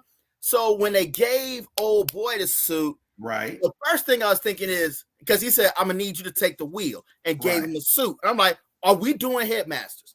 Oh my God, are we doing Headmasters?" I thought the same thing. I said, "Oh man, this is like the suit that old boy had in Transformers the movie, Spike, '86." Yeah, Spike. Yeah, Spike. And Daniel had a version of that suit too for a minute. Yeah, I said Daniel. My bad. So they gave him the suit, and no, Spike, I thought he was gonna transform. Spike was the daddy. Daniel was the son. Daniel and Spike got the suit. Right. They both had a suit. But I was thinking, after a while, I'm like, okay, they're not doing Headmasters yet. I thought they were going there with that, and they were just going with the suit from the cartoon. But when they said at the end, when my man was from House of Cards, from Dawn of the Dead, when he gave them that card and said G.I. Joe, I'm like, yo, Headmasters is still on the table. I'd be like, of course I'm gonna take a job with G.I. Joe. Are y'all crazy? Why would I not take a job? I just want to say, and I hope that they hear this, and you don't really have to tell Marvel too much, because Transformers is a Marvel movie, right? No, it's not a Marvel movie. It's Hasbro. Hasbro. But you're right. Okay. It did used to be a Marvel property. It may still be in for the comic books. Well, my point IDW is, got the comic and IDW. Who has it right now? IDW. Marvel. Yeah, IDW has Transformers comic books now. Okay. If they pull that off of Transformers and G.I. Joe mix up, yes, match up, yes, then that will be their equivalent of like an Avengers Infinity. You're right. If they pull that off, I mean, I was so excited when I saw the ending of Transformers. Huh? I was so excited when I saw the end of the Transformers. I was like, yes, this is the way to go. Don't fumble the ball on this. I'm trying to go back though. Oh, I want to go back to this. Damon using unfair rationale to make a decision. I guess anybody can make whatever choice they want to make, but I will say I did too like the soundtrack of Transformers better. I like the soundtrack though. I like the soundtrack Guardian of the Galaxy typically too. Yeah. But soundtrack for soundtrack, just because of my cultural background, I guess all cultural background, Oh yeah. I would go with that soundtrack more. I would watch both of them again, but the first one I'll watch again if I had to just choose between two, would still be Guardian of the Galaxy though, because of the just difference in storyline, you know, and my affinity. I like the part where she told Rocket, the little otter, the otter told Rocket, you know, this story was about you the whole time. Yeah. Now, I'm not sure she was talking about the whole Guardian of the Galaxy or she the whole Guardian of the Galaxy series and think about it just like that, because most people think it's about Quill. Right. You know what I'm saying? Like, that's where the emphasis has been on Quill, right? Right. Uh-huh. But then it's like almost if you just go back and then redo it as if it's all from a Rocket Raccoon perspective, and it would still make sense. You know what I'm saying? Yeah. And as you say that, it occurred to me that Quill got snapped out of existence, and Rocket, he was still, you know, in the world and still doing the heroic thing and grew as a person. And he was saying, no, he was saving his family. Yeah. That's what he was saying, because he told Thor that. He said, I got to say, Groot, Drax, Quill, the lady with the antenna, the chick with the antennas. Yeah, Mantis. You know what I'm talking? He was saying all that kind of stuff. That thematically was his thing. He was always like hard and tough, and you wouldn't know it until you get into dealing with him as a character. And it's like that is like even from the very beginning, it's just him and Groot, but he was protective of Groot. Yeah, and then very as protective of Groot. He became more protective. And they tied it back in Guardian of the Galaxy 3 that it was about him regaining his family. You know what I'm saying? Yeah. And you know that's I don't want to get too deep in it, man, because I ain't gonna lie. We in the House of Nerd now. Baby raccoons. When he went in there and saw the little baby raccoons, and see, that's what I'm talking about. I'm talking about it has so much heart, man. That's what would get you right there, man. Yeah. I teared up a little bit at Guardians of the Galaxy. I did. I'll say this much. Yeah. James Gunn said that Rocket Raccoon was his favorite character. And he said, you know, that's why he wanted to end on Rocket Raccoon's story. Impromptu quiz. Well, I can't say it's a quiz, but everybody got a different answer. But okay, I just want to know. I want to hear y'all thoughts. What is your favorite Rocket Raccoon line in all of the movies that he's been in? Guardian of the Galaxy, other ones, whatever. What's your favorite Rocket Raccoon line? The line when he says he wants the guy's arm, I think when he's talking to Winter Soldier, I want your arm. You know, I like that arm. that was a good one. Yeah, that was good. What about you, Damon? One. Oh, I'm trying to remember. Other than that, I'm trying to remember what it was. I can't remember it, man. He honestly, it was a lot of stuff. He's back to back with stuff. It wasn't no one line. And that's true, because you can get. But that's why I said, which one is your favorite? I'm gonna tell you my favorite. Then, in Avengers Endgame, when he was talking. When he slapped Thor, he's like, come here. Yeah, come here. That's what I was just talking about. Yeah, I gotta get into but my favorite line, it was from that same movie, was when Tony Stark came in, hey, Ratchet. He said, it's Rocket, pal, and take it easy. You're only a genius on Earth. That was smart. That was good. That was good. Boy, he don't care who you are. He gonna let you have it, nigga. Yeah. I mean, but what I like about the way it showed how much of a genius Rocket Raccoon was. He's right. Why can't I duplicate your brain? He's like, well, fix it this way. Just do it this right here. Like, why do you know this? He's so little and scared. It's like, I don't know. I just know. You know, that's and that goes back to Guardian of the Galaxy 3. The high evolutionary was going crazy trying to figure out how in the heck this little raccoon so doggone smart. You know, it was his intellect that was making the high evolutionary obsessed with him. Mm-hmm. You know, he was obsessed with him. It was because of his intellect. And if I was Rocket Raccoon in that movie, when he asked me, you know, and the high evolutionary said, you know, how did you know I made you? How did you know? If I was Rocket Raccoon, I would have said, because you's made me good. Because you know how you talk. You know, you's made me good. Right. I would have placated. I would have tried to placate him and appeal to his ego. Try to save myself. But anyhow, that's another story. So I do want to pick on something else that y'all said. The Transformers soundtrack is fire. It is fire, but it comes from a different era, you know. Because I know, Damon, you the kind of person having written with you. You don't like listening to new music. You know, you like Damon, the kind of person gonna have his CDs of music from that era and not listen to new music. I mean, I would if somebody had some talent. If people appreciate a little thing called lyrics, you know, you sound like an old man right there. You know, so I mean, I'm with them. I'm with them. I mean, I could be a rapper. Wait, let me make my million. That's not gonna make you. The last. Hey, that's all they do. I can do that. The last song that I heard from a new artist that I really liked and I saved on a playlist was R&B by Young Dolph. Right when I was liking Young Dolph, he got killed. But that was the last little song that I liked from one of these new artists like that. You know what I mean?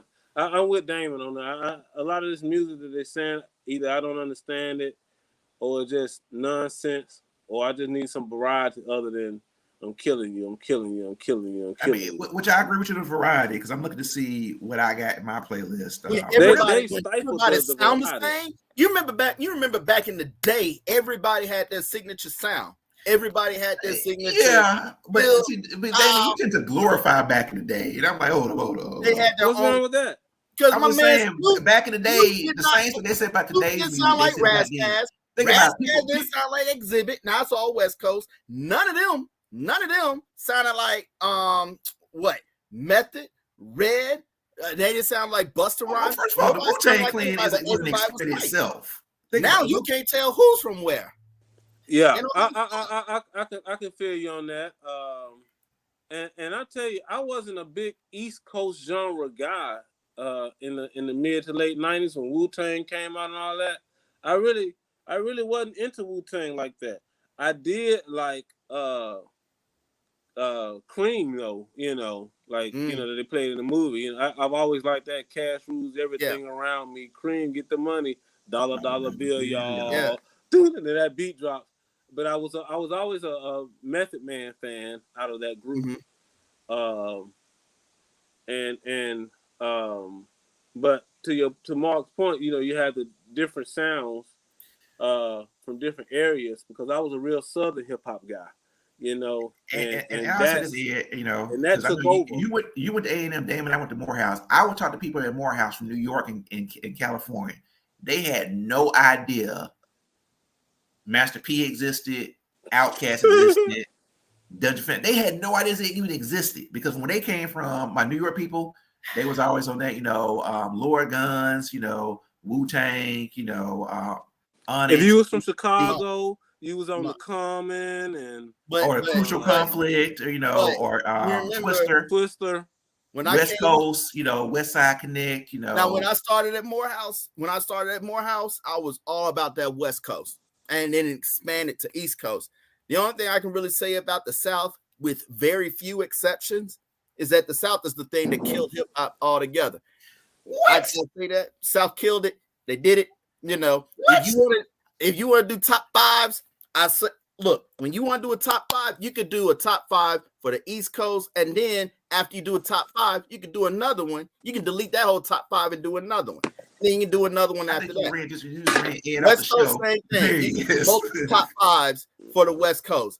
If you do a top five for the South, and then you do another top five, I dare you to do two top fives and not. This is what I'm gonna say. I disagree with him. I'm gonna say the list don't change, and you stuck on older stuff. And the reason I brought this up is because one movie we hadn't talked about is Spider-Man Across the Spider-Verse, which probably has the best soundtrack of the year. And that is Metro Boomin produced that soundtrack. Metro Boomin, 29 years old. You know, I think he blew up off of Jumpman with Future. I think that's what blew him up. You know, but he's also done Bad and Bougie by the Migos. And Future or Drake? You said Jumpman. Is that Jumpman? I thought that was Jumpman. Yeah, that's Future Android. Together. Okay. Yeah, but Metro Boomin produced that. Metro Boomin did the entire soundtrack of Across the Spider-Verse. That is probably the best movie soundtrack of the year. The movie's great, probably the best movie of the year. I'm gonna say that too. But the soundtrack as well. So I'm gonna say, get off y'all old stage. Just listen to Metro Boomin, the Across the Spider-Verse soundtrack. Oh, Kid Cudi had a movie. I'm trying to remember the name of it. Interstellar, when it on Netflix. Yes. That was good. I'm just saying, we kind of get caught up in like the music we heard when we first liked it's the best music. But I can either remember my uncle I can't believe in the Eazy-E, this Wu-Tang stuff that don't make no sense. They don't have no rhythm. They don't have no cadence. You can't understand what they say. I remember these complaints like it was yesterday. And I get it. I remember about Wu-Tang, Eazy-E. And we sound like the old heads, older ones. I got it. But for us, it is objectively true that everything. Well, for you, it's objectively true. It is objectively. There's no level of subjectivity to it. There's one group that got a thing called talent, and another one that just mumbles and takes. They don't even have You don't even have individuality. That's what I'm gonna say, man. You don't even have a style. I mean, what is that? Comic book related. Listen to. Have you seen Across the Spider-Verse? Let me ask you that first. No. I'm not gonna hate on Across the Spider-Verse. I haven't seen it. I cannot hate on it. What about you, Ed? Have you seen Across the Spider-Verse? I will see it. Not really. No, y'all need to go see it. Okay, I'm mad at both of y'all. Y'all need to go see Across the Spider-Verse. Run that walk to go see that. That is the best movie of the year. Not just best comic movie, not best animated movie. Best movie of the year. I might see that today. You need to. Second of all, listen to the soundtrack. I was waiting to see it. We're going to the beach, and I wanted to take my boys to the movies while I was down there at the beach. But that's a good one. That's a good one, And like I said, I know y'all gonna love it, But what surprised me, I was like, damn, this soundtrack is so let me tell you this: we were going to watch either the Flash or Spider-Man multiverse into the multiverse. Oh, that comes out next week. That's right. So I can make that a double feature. This week, I can do that double feature: Across the Spider-Verse and Flash, same day. I can do that. Okay. All right, so that's gonna be my move. That's gonna be the move. All right, I'm happy. We cohesive again. We cohesive because the Flash comes out next week. I'll probably see that in IMAX. Well, first of all, I'm gonna wish y'all both a happy Father's Day. In IMAX? Is it going to the McWayne Center? Yeah, that's why I just saw Transformers there yesterday at the McWayne Center. That's what you said. Okay, that's why I saw Across the Spider-Verse at the McWayne Center. I told you. I thought you told me you couldn't see it there. You did see it there? I did see it there. You didn't tell me another movie you couldn't see there? Well, they only have one movie at a time at McWayne Center. For y'all Birmingham people, the McWayne Center is a museum downtown, but they have a huge IMAX dome.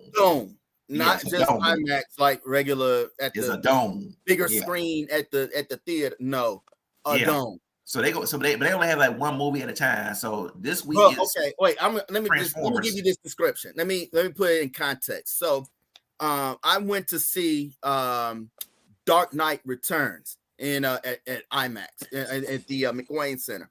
So you remember that opening scene where there's the bank robbery and you see Gotham City and all of that, and they do the zip line. Okay. So the thing with this is that if you go to a regular movie, like even a regular IMAX, it's a screen, like you're looking at on your computers or your whatever, your monitor now. It's a screen. The dome, on the other hand, it's like I'm turning my head like this, right, looking from west to east of all of Gotham, And then as you're seeing them zip line there, it's like being there. Because it's a dome, the whole everything. So everything is just expensive. It's so much, man. It can get overwhelming. It's like really. It can. I loved it though. My sister, she's grown and married now, but when she was little, she went there to see Polar Express or something. And as a kid, she was like, "Oh, this is too much. This is too much. I want to get off." Yeah, the Doctor Strange was kind of a little bit like that. To me, it was like. Not Doctor Strange. You're probably talking about that. I think it was Spider-Man Homecoming. Spider-Man Homecoming. No Way Home. The last Spider-Man that had Doctor Strange and everybody in it. Okay. Yeah, it was real. whew, you know Well, what I mean? Oh, but I didn't know it was I'm cool. glad y'all brought up that. So the Flash comes out. Well, I'm gonna say this too. The Flash comes out next weekend. First, I want to wish both of Girl y'all comes out, I happy think, early Wednesday. Father's Day. Let me say that in case I don't talk to y'all. Happy early Father's Day. I gotta take my pops and my uncle out for Father's Day, and then the Blackening comes out next weekend too. Have y'all heard about that? The Blackening. Why does it sound familiar? So What the is that? Blackening is a horror comedy with all black people. Oh Like yeah, a yeah, Jew- yeah. Oh, Jewish comedy. okay. And it's like Okay. in the I don't taglines, they like can't that. all die first because they can't. It's all Right, black. right. I And know that it's gonna dropped be silly. in? The dude straightened up the gun, made him turn the gun the other way. Yeah, and you know, and the trailer argue, well, you know, well, you should die. It was like I think it's all like, and you need to kill who's the blackest person among you. And well, you know, it's you. He's like, it's not me. I'm not black. I voted for Trump 2 times. I was like, damn. So I got to see the Black and I got to see the Flash. And I just want to say my name today, Damon the Unindicted, is me throwing shade at Trump today. So I just want to leave it. Well, I picked that up. I meant to say actually about that earlier. I picked that up. So, well, I'm glad we brought the Flash. About that So earlier. let me ask y'all. So, are y'all still excited about the Flash and the wave of all the Ezra Miller? I am excited about seeing Michael Keaton, you know, as Batman again. Michael Keaton was when I got my first comic book, my first real comic book, not talking about Archie, and this too was at Food World. It was because I saw the 1989 Batman. I still have the Prince album. Yes, I do. You know, album, not CD. You know, and I was hung up on Batman ever since. Loved him, and you know, and all of that. So yeah, I'm excited to see Michael Keaton come back to that. Yeah, me too. I remember, just as a side note, man, I remember when I first saw the advertisement or review or something of that first Batman. It was in a newspaper. It was on the front page of a newspaper that was in a newspaper stand, and it was the newspaper stand was outside of HoN's in Midfield. Ooh, and back right there. Went to Midfield 6, right behind the movie theater, right behind Midfield it. 6 too. And that is one of my favorite. If you want to talk about comic book movies that I didn't include, I will say that was a classic. You know, that was one of my favorite comic book movies. Technically, Superman I guess was too. You know, yeah, I got one thing to say. Superman with what's my man's name? Brandon Ralph, Christopher Reeves. Christopher Reeves, yeah. Yeah, I mean, Superman 78, Batman 89. That's what they kind of call him now. Yeah.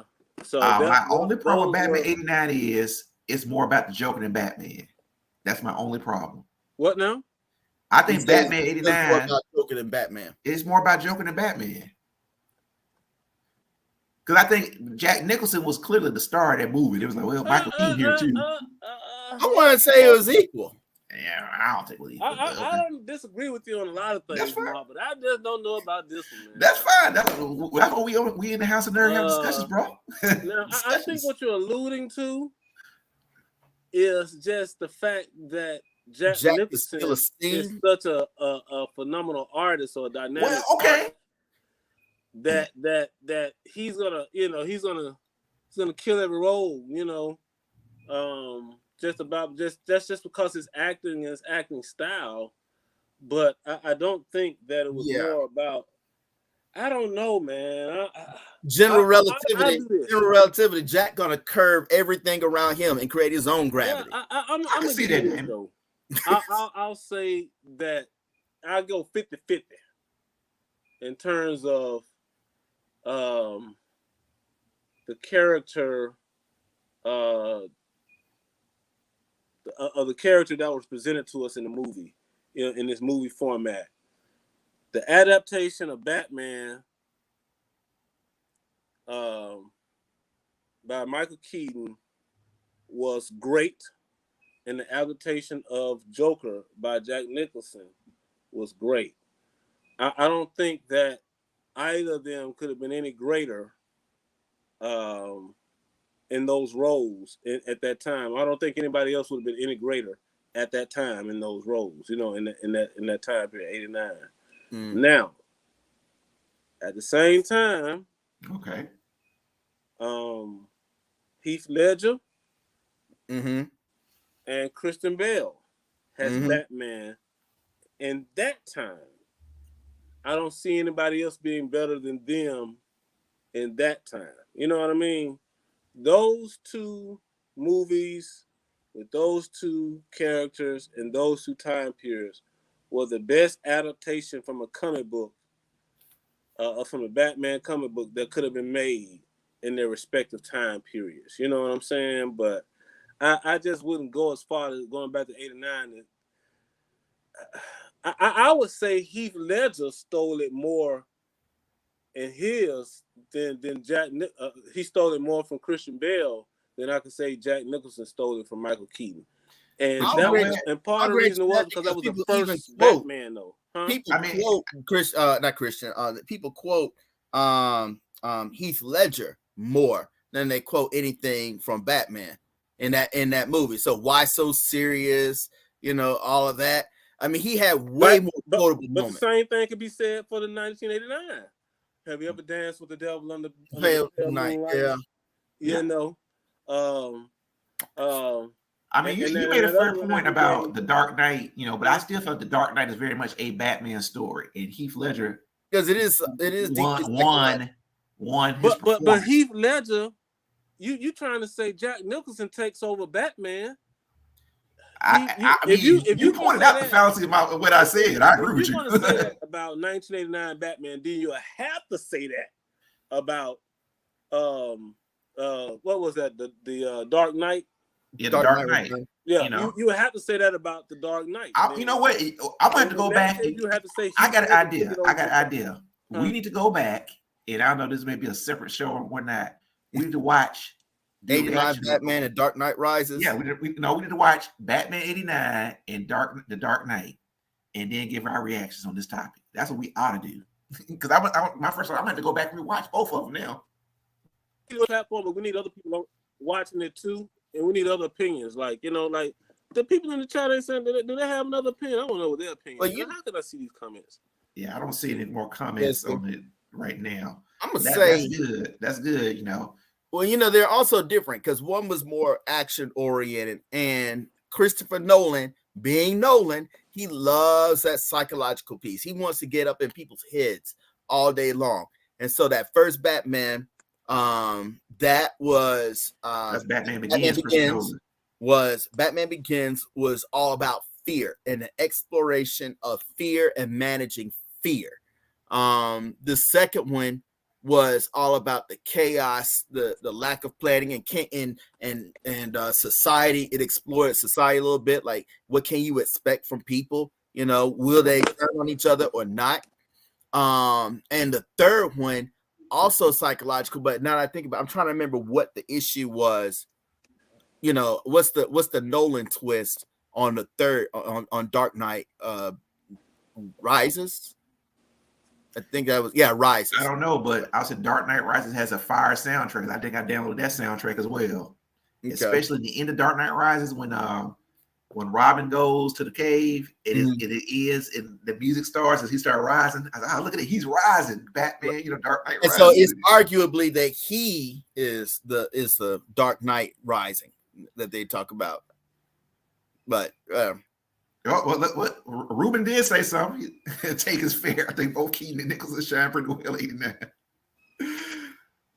So I'm gonna go back and revisit it because you made a good point, Ed. Because I won't say that Heath Ledger stole the show in Dark Knight, but I do say Heath Ledger he's the best Joker we've ever seen.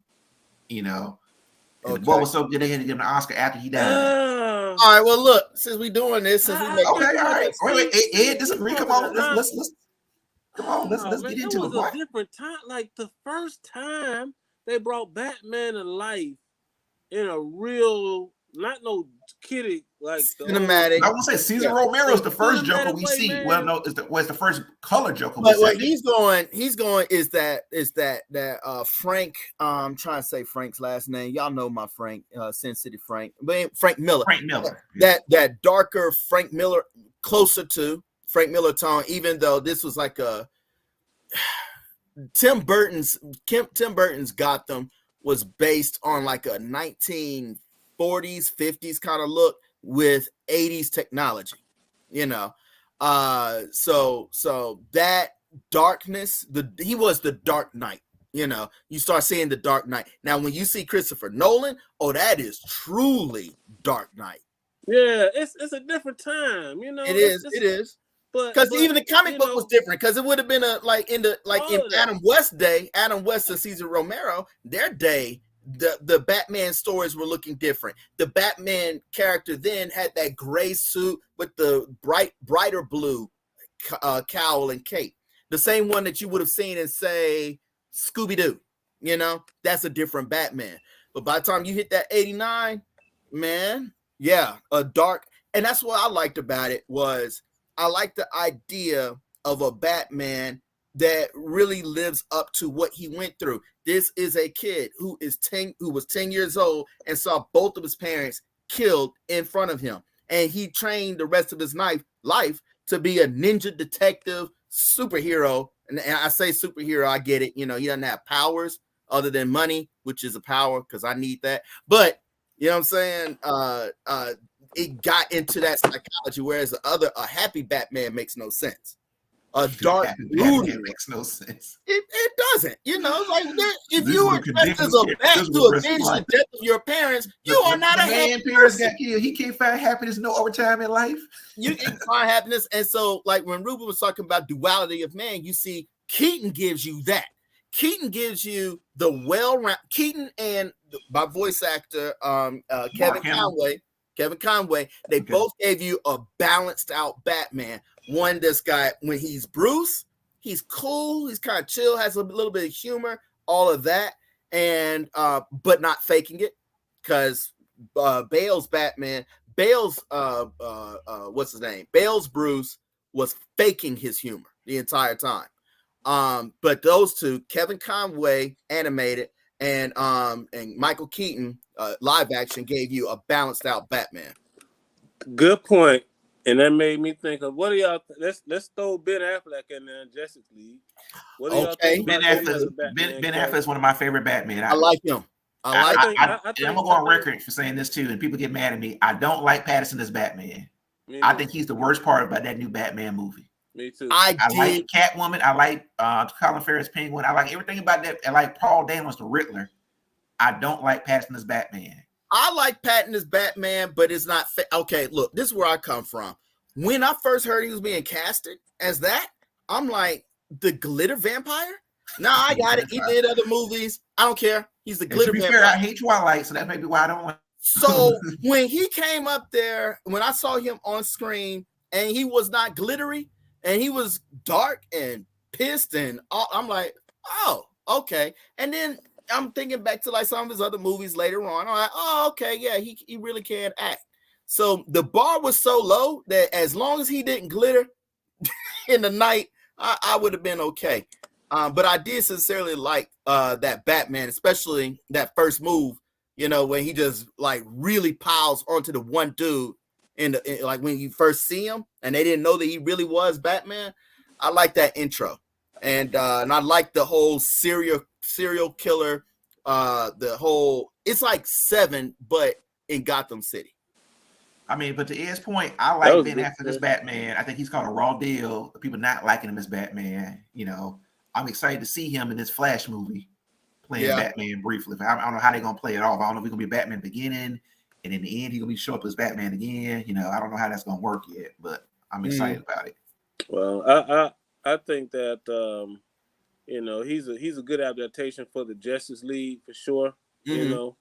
And I think that he is a personification of what you just described, Damon, as far as a balance in terms of the Batman between Keaton and how Keaton plays the character of Bruce Wayne and how Christian Bale plays the character of Bruce Wayne. I think Ben Affleck's character in the Justice League of Batman is the perfect blend of those two types of portrayal of what Bruce Wayne personality would be like in real life. You know what I mean?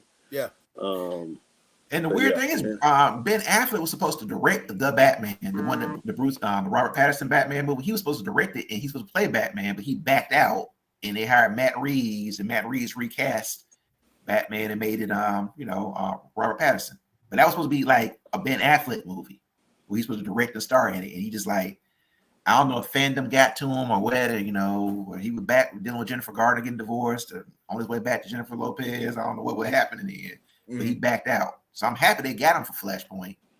Although I've heard that both Henry Cavill Superman and Gal Gadot Wonder Woman was supposed to be in Flashpoint as well, and I think they both got cut out of it.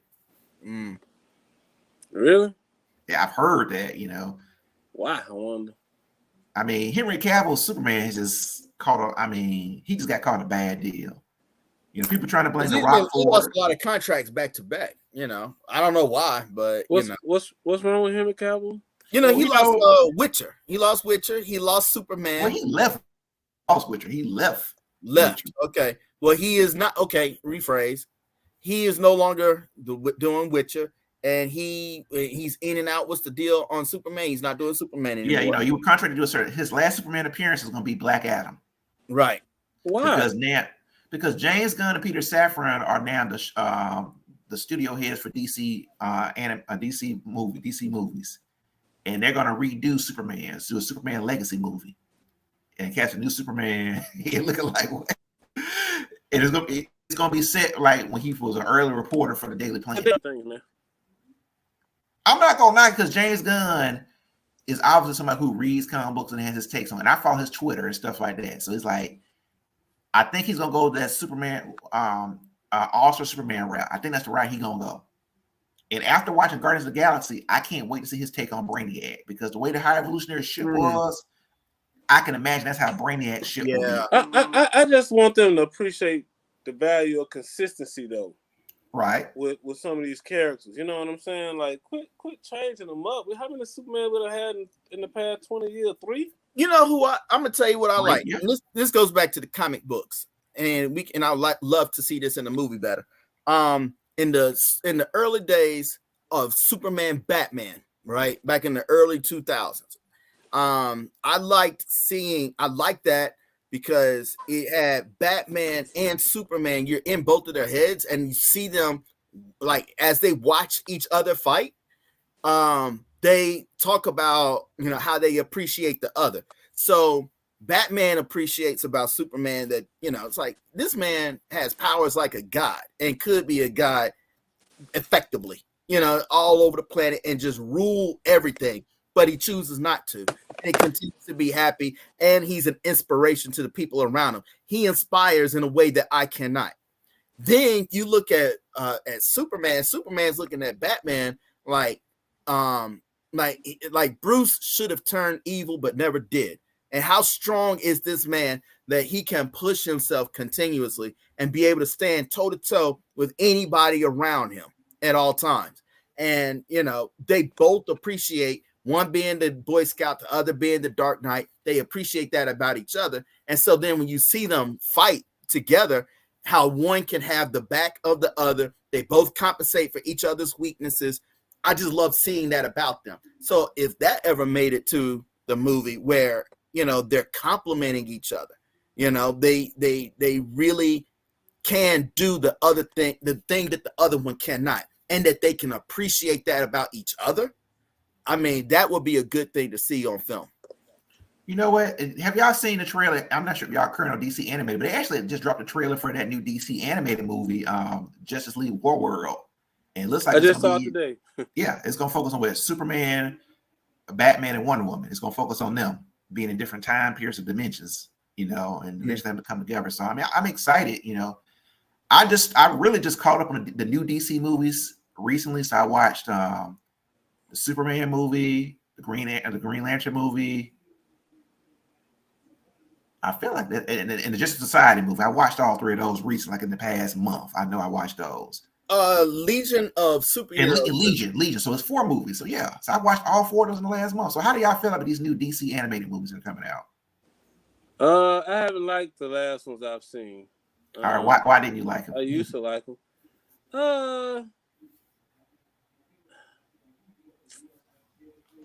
They just weren't in depth enough for me. I felt like they had opportunity to do better jobs, and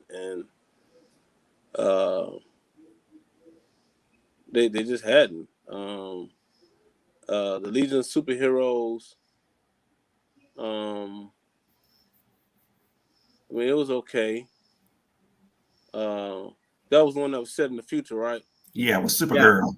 Yeah, that was okay. But I just felt like they, and I feel like this is about a lot of cartoons. I just felt like they could have gone, a little deeper and less cheesier.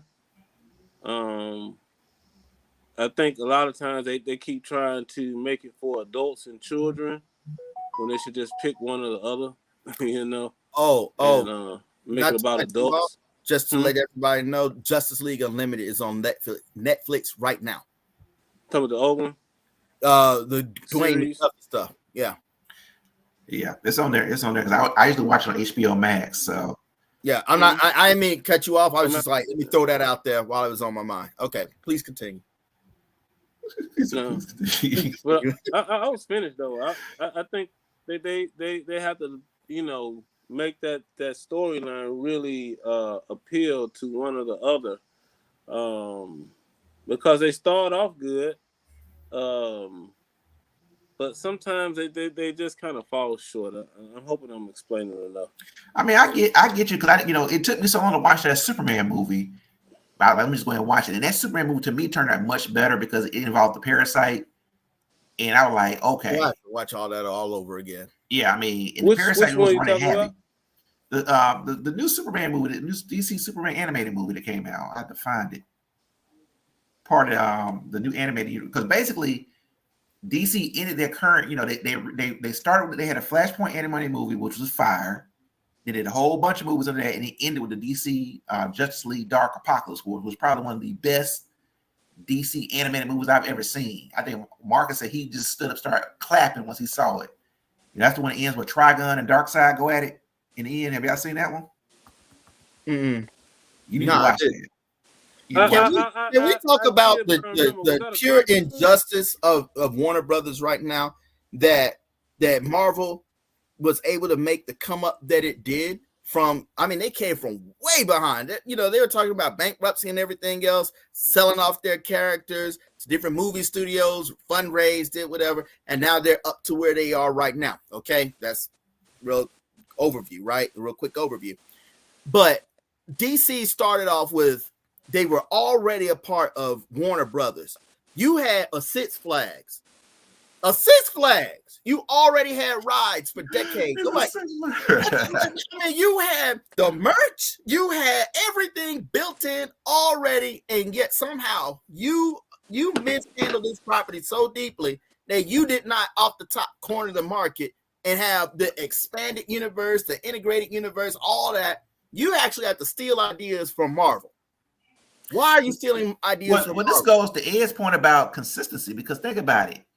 Really what saved Marvel Comics. You're right. I've heard it. You have to have save Marvel Comics first in order to do what Marvel does. You're right. And then you have, the Spider-Man movies that Sony did, the Sam Raimi movies, and even the X-Men movies that Bryan Singer did. And then it's like, all right, well, we'll give it a try with Iron Man. That was the first MCU movie, Iron Man. And they picked Iron Man because, well, this is the most realistic thing we can think of that people can buy into.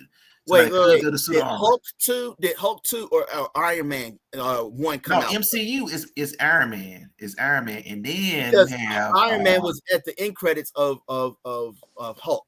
Of the Hulk, the Incredible Hulk. Sure was. The Edward Norton Hulk. But yes, because Universal owns the rights to Hulk and Namor, the Submariner. So that's why they have to always appear in somebody else's movies. Okay. And Sony has this deal right now with Spider-Man. I understand what you said about Namor. He said Namor, Universal Namor and has Hulk. Namor and Hulk. Yeah, Universal owns both of those. Their film rights. So that's why you'll never see a solo movie with them. That's why they always kind of had to be in somebody else's movie. They had to get the rights from Universal to use them in MCU movies. As a result of that bankruptcy sale back in the 90s. Like, well, we just selling stuff out now. So yeah, but that's what happened. I mean, DC, I mean Warner Brothers, Warner Brothers Discovery, Zavloff, he just in the cost cutting mode right now because that's the whole reason why HBO Max is now Max. You got Discovery Plus, you got HBO Max. He just merged them to get to Max because this is a guy who comes from a company who used to make a reality show, which is a cheaper budget. You get people just paying them a minimum fee to be on your show, and that's who's in charge now. But it's about money. Now we're gonna see how this writer strike pans out because I'm with the writers on that because I do believe AI, the studios was like, all right, well we don't need writers, we'll just get AI to write a script for us. I don't put it past studios to do something like that and screw it up as they would screw something up. And we'll see if the Screen Actors Guild joins them to strike because they were like, well, they can just take your image and put it in a movie now, which we've seen in Star Wars. True. People have been dead, but their images showing up in Star Wars. So I know I felt I was in my feelings a little bit at the end of Rogue One when I saw Leia. She's still my favorite Disney princess. I don't care. That's my Disney princess. I get it. Love to Tiana, no problem. Right. But Leia's Leia. Speaking of which, and have y'all seen The Little Mermaid? Ed, did you take your daughter to see that? My wife took her. I've seen my wife took her. I wasn't. I see a lot of people are mad about that. I'm not mad about it because it's a fictional character, but I am happy that it did as well as it did. Now people just like, the box office has been destroyed. But you got to realize either way, man, you had The Little Mermaid and Beyond Across the Spider-Verse and now Transform. You have 3 weekends where Black people or Black voices are leading the box office. People can complain, well, it's not going to win. It's going to go make us budget. I'm like, man, but still. But you know where that's coming from. They're going to hate on all things Black. It's the inverse of Issa Rae. When she said, I'm cheering for all things Black. They're going to hate on all things Black. It's not, it's a mermaid, and to be honest with you, it's not like white mermaids were the only ones in, mythological history or whatever, because I think Africans had a mermaid of a type too, so everybody had a type of mermaid, sea creature, human hybrid, a type of vampire. Hybrid, characters, and just rock with it and have fun.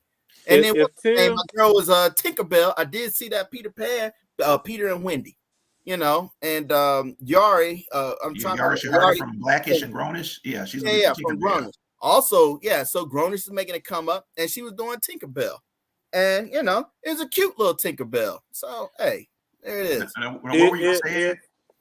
What is it? Tim Drake that's gay in the comic books now? In the show, that's right.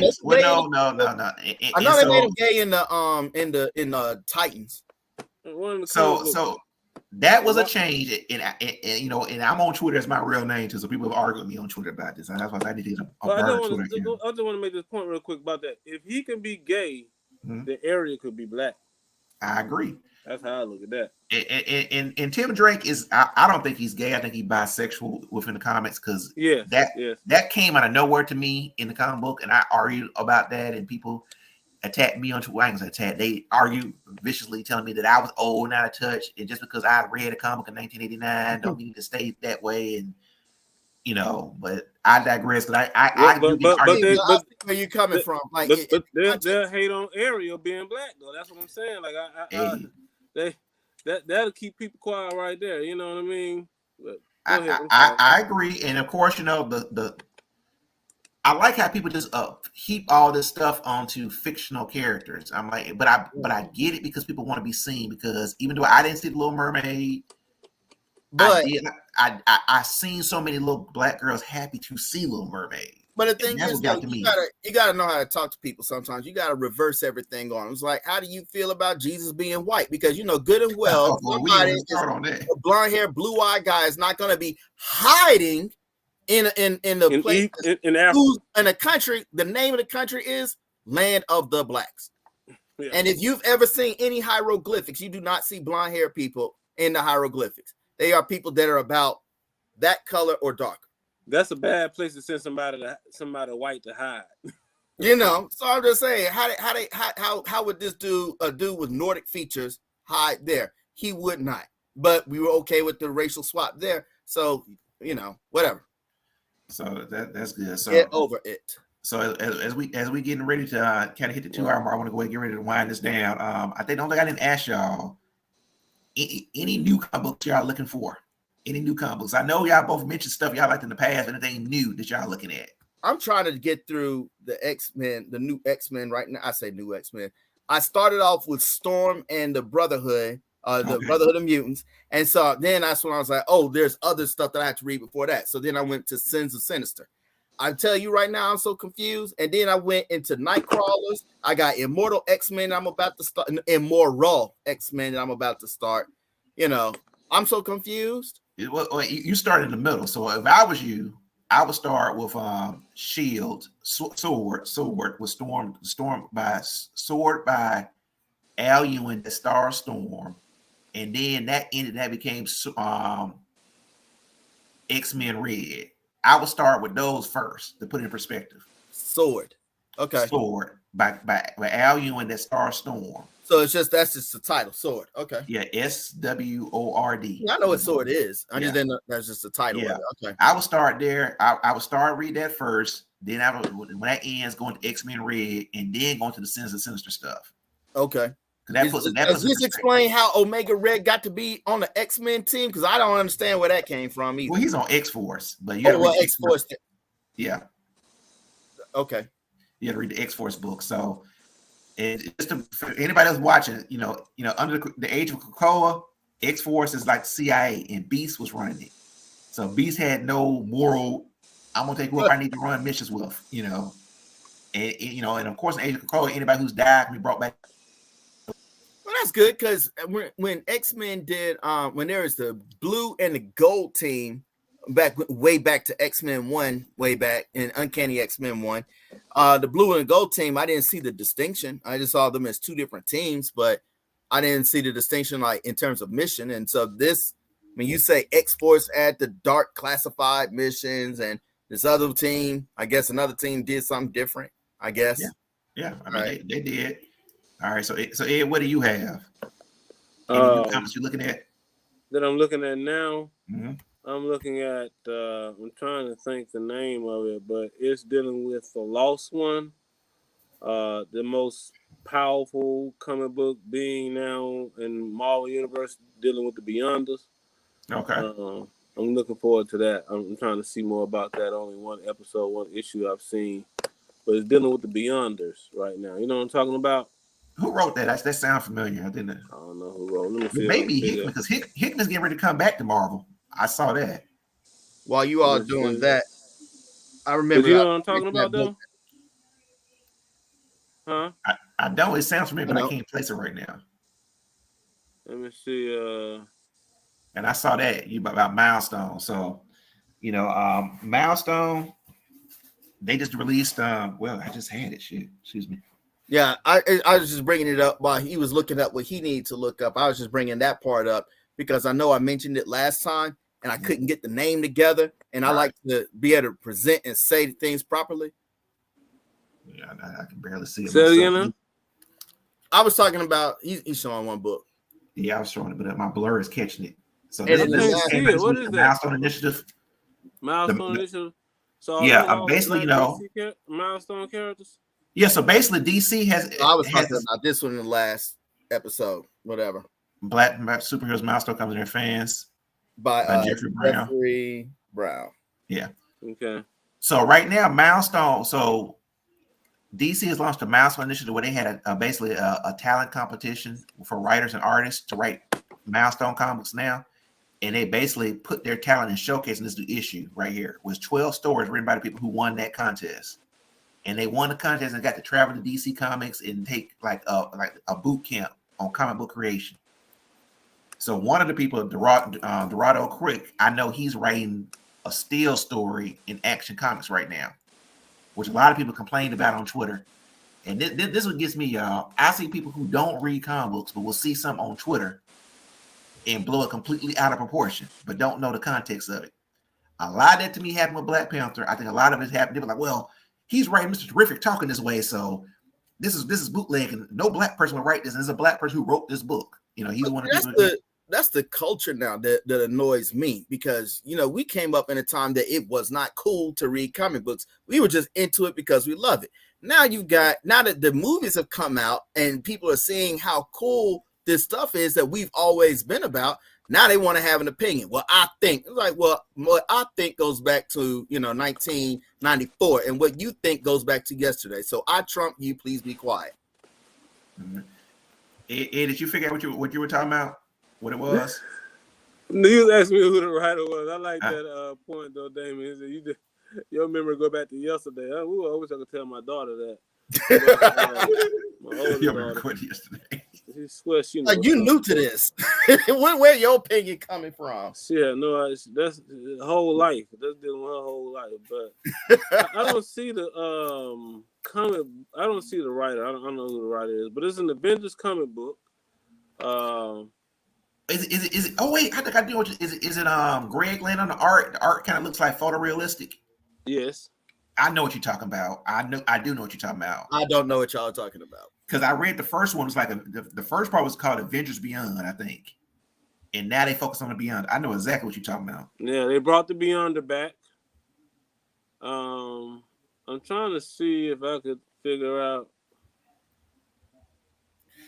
In fact, that's what it's called. It's called Avengers Beyond. That's what it is. Because the first part was All Out Avengers. Okay. Yeah, it's Derek with Landy and Land. Let's see. I can't. Is that it right there? Can you see it? That's it. Is that it? That's it. That's it. Yeah, I know what you're talking about. Avengers Beyond. Okay. Yeah, Avengers Beyond. So for me, y'all know I make my weekly trip to the comic store. Who's the writer? It is. I'm glad you said that. I might have to go. I might have to go with you this weekend. Well, not weekend. This Wednesday.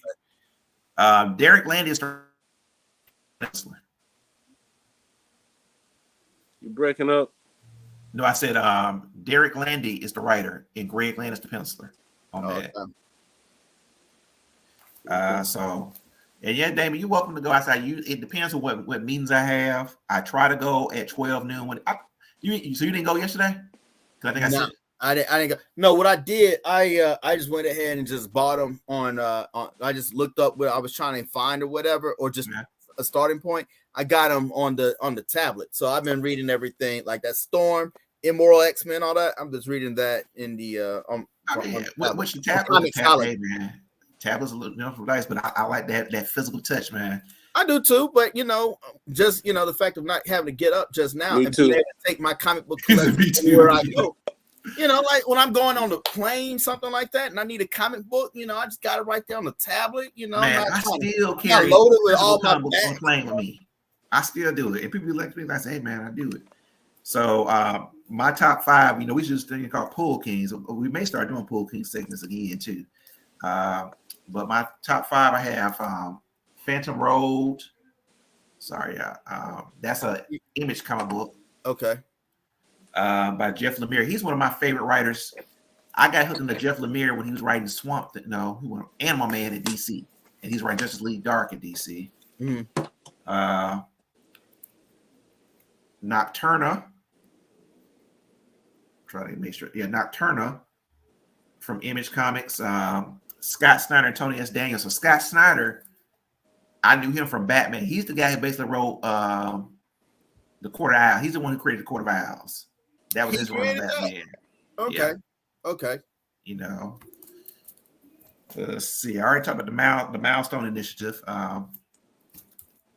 Venom, my boy Al Ewing. Because you read Venom now, Venom is a completely different character than what it once was, basically. And that really, a lot of that comes from the work that from Amazing Spider-Man, basically. I mean, basically, man, Eddie Brock is Lord of the Symbiotes now, man. He jump from symbiote to symbiote. I can't believe it. That's a difference. Lord of anything. Eddie Brock is leveled up. He is very overpowered right now, but I like it because he's still Eddie Brock, so he still be messing stuff up, Retarded. From DC, Flash 800, about the celebration of Wally West. Well, a lot of you have Mark Waid. Jeremy Adams is the outgoing writer for Flash. And I would say he put respect back on Wally West's name, but you have a story from Jeff Johns and Mark Waid and Joshua Wilson. So Waid was writing Wally West Flash when I first started reading comic books, and Jeff Johns the one I think that blew him up. Wally West Flash. Only for them to get like, hey, let's bring back Barry Allen. That's what happened. Let's bring back Barry Allen. But Wally West is back now. He got his family. They basically made Wally West like he inadvertently killed all these people in this sanctuary thing. Tom King wrote that story, and everybody hated it. And then Wally West disappeared, and his family disappeared. And people like, why you gotta take this man's family away from him? Why you make him a killer? So they basically retconned all that now. And I think my number one right now that don't sound nice. Daredevil. Number 12. Yeah, Daredevil number 12. A superhero, a lawyer superhero. I'm with it. I'm with that. I mean, because basically, Elektra is Daredevil as well. So, basically, Elektra and Matt Murdock are both Daredevil, and they both run the hand. Wait, what episode is it? Not episode. What issue is this? This is number 12 of the current series, but Elektra's been Daredevil for about 2 years now. Her and Matt Murdock, because Matt Murdock basically, Matt Murdock also for that Catholic guilt, and he inadvertently killed somebody. I don't even know if he really killed him or not, or he was under the influence of somebody. He killed somebody, and turned himself into prison.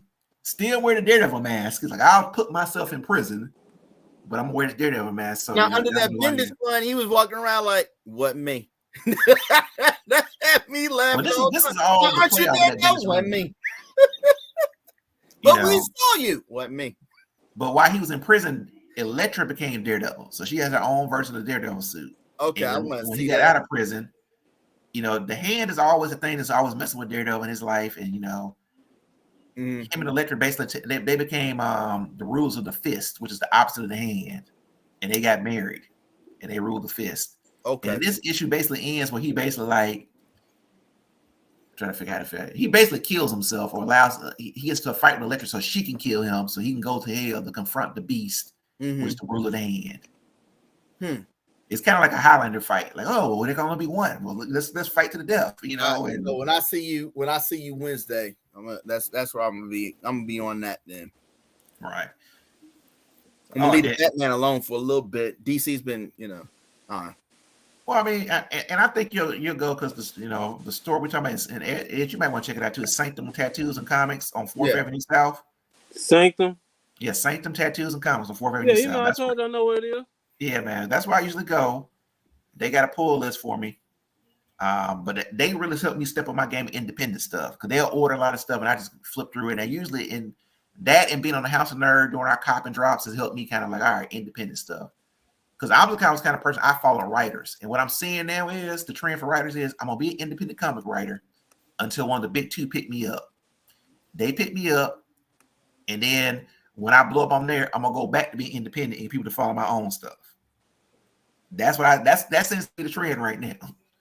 I think James Tynion that he was writing Talon, it was spin off of Batman, then he started writing Justice League Dark, then he got on Detective Comics, then he got on the big Batman book, and he's like, well, I quit. And now he has Something That's Killing the Children. He has Last House on the Lake, he has World Tree, he has all these independent books that are like he get nominated for awards for. Okay. I mean, what are they doing with Planetary? They still doing anything with that? Or they just Planetary is done, man. Planetary is done and done. Okay. It's over. Which reminds me, and this is the last topic before we get out of here. Do any of y'all read manga?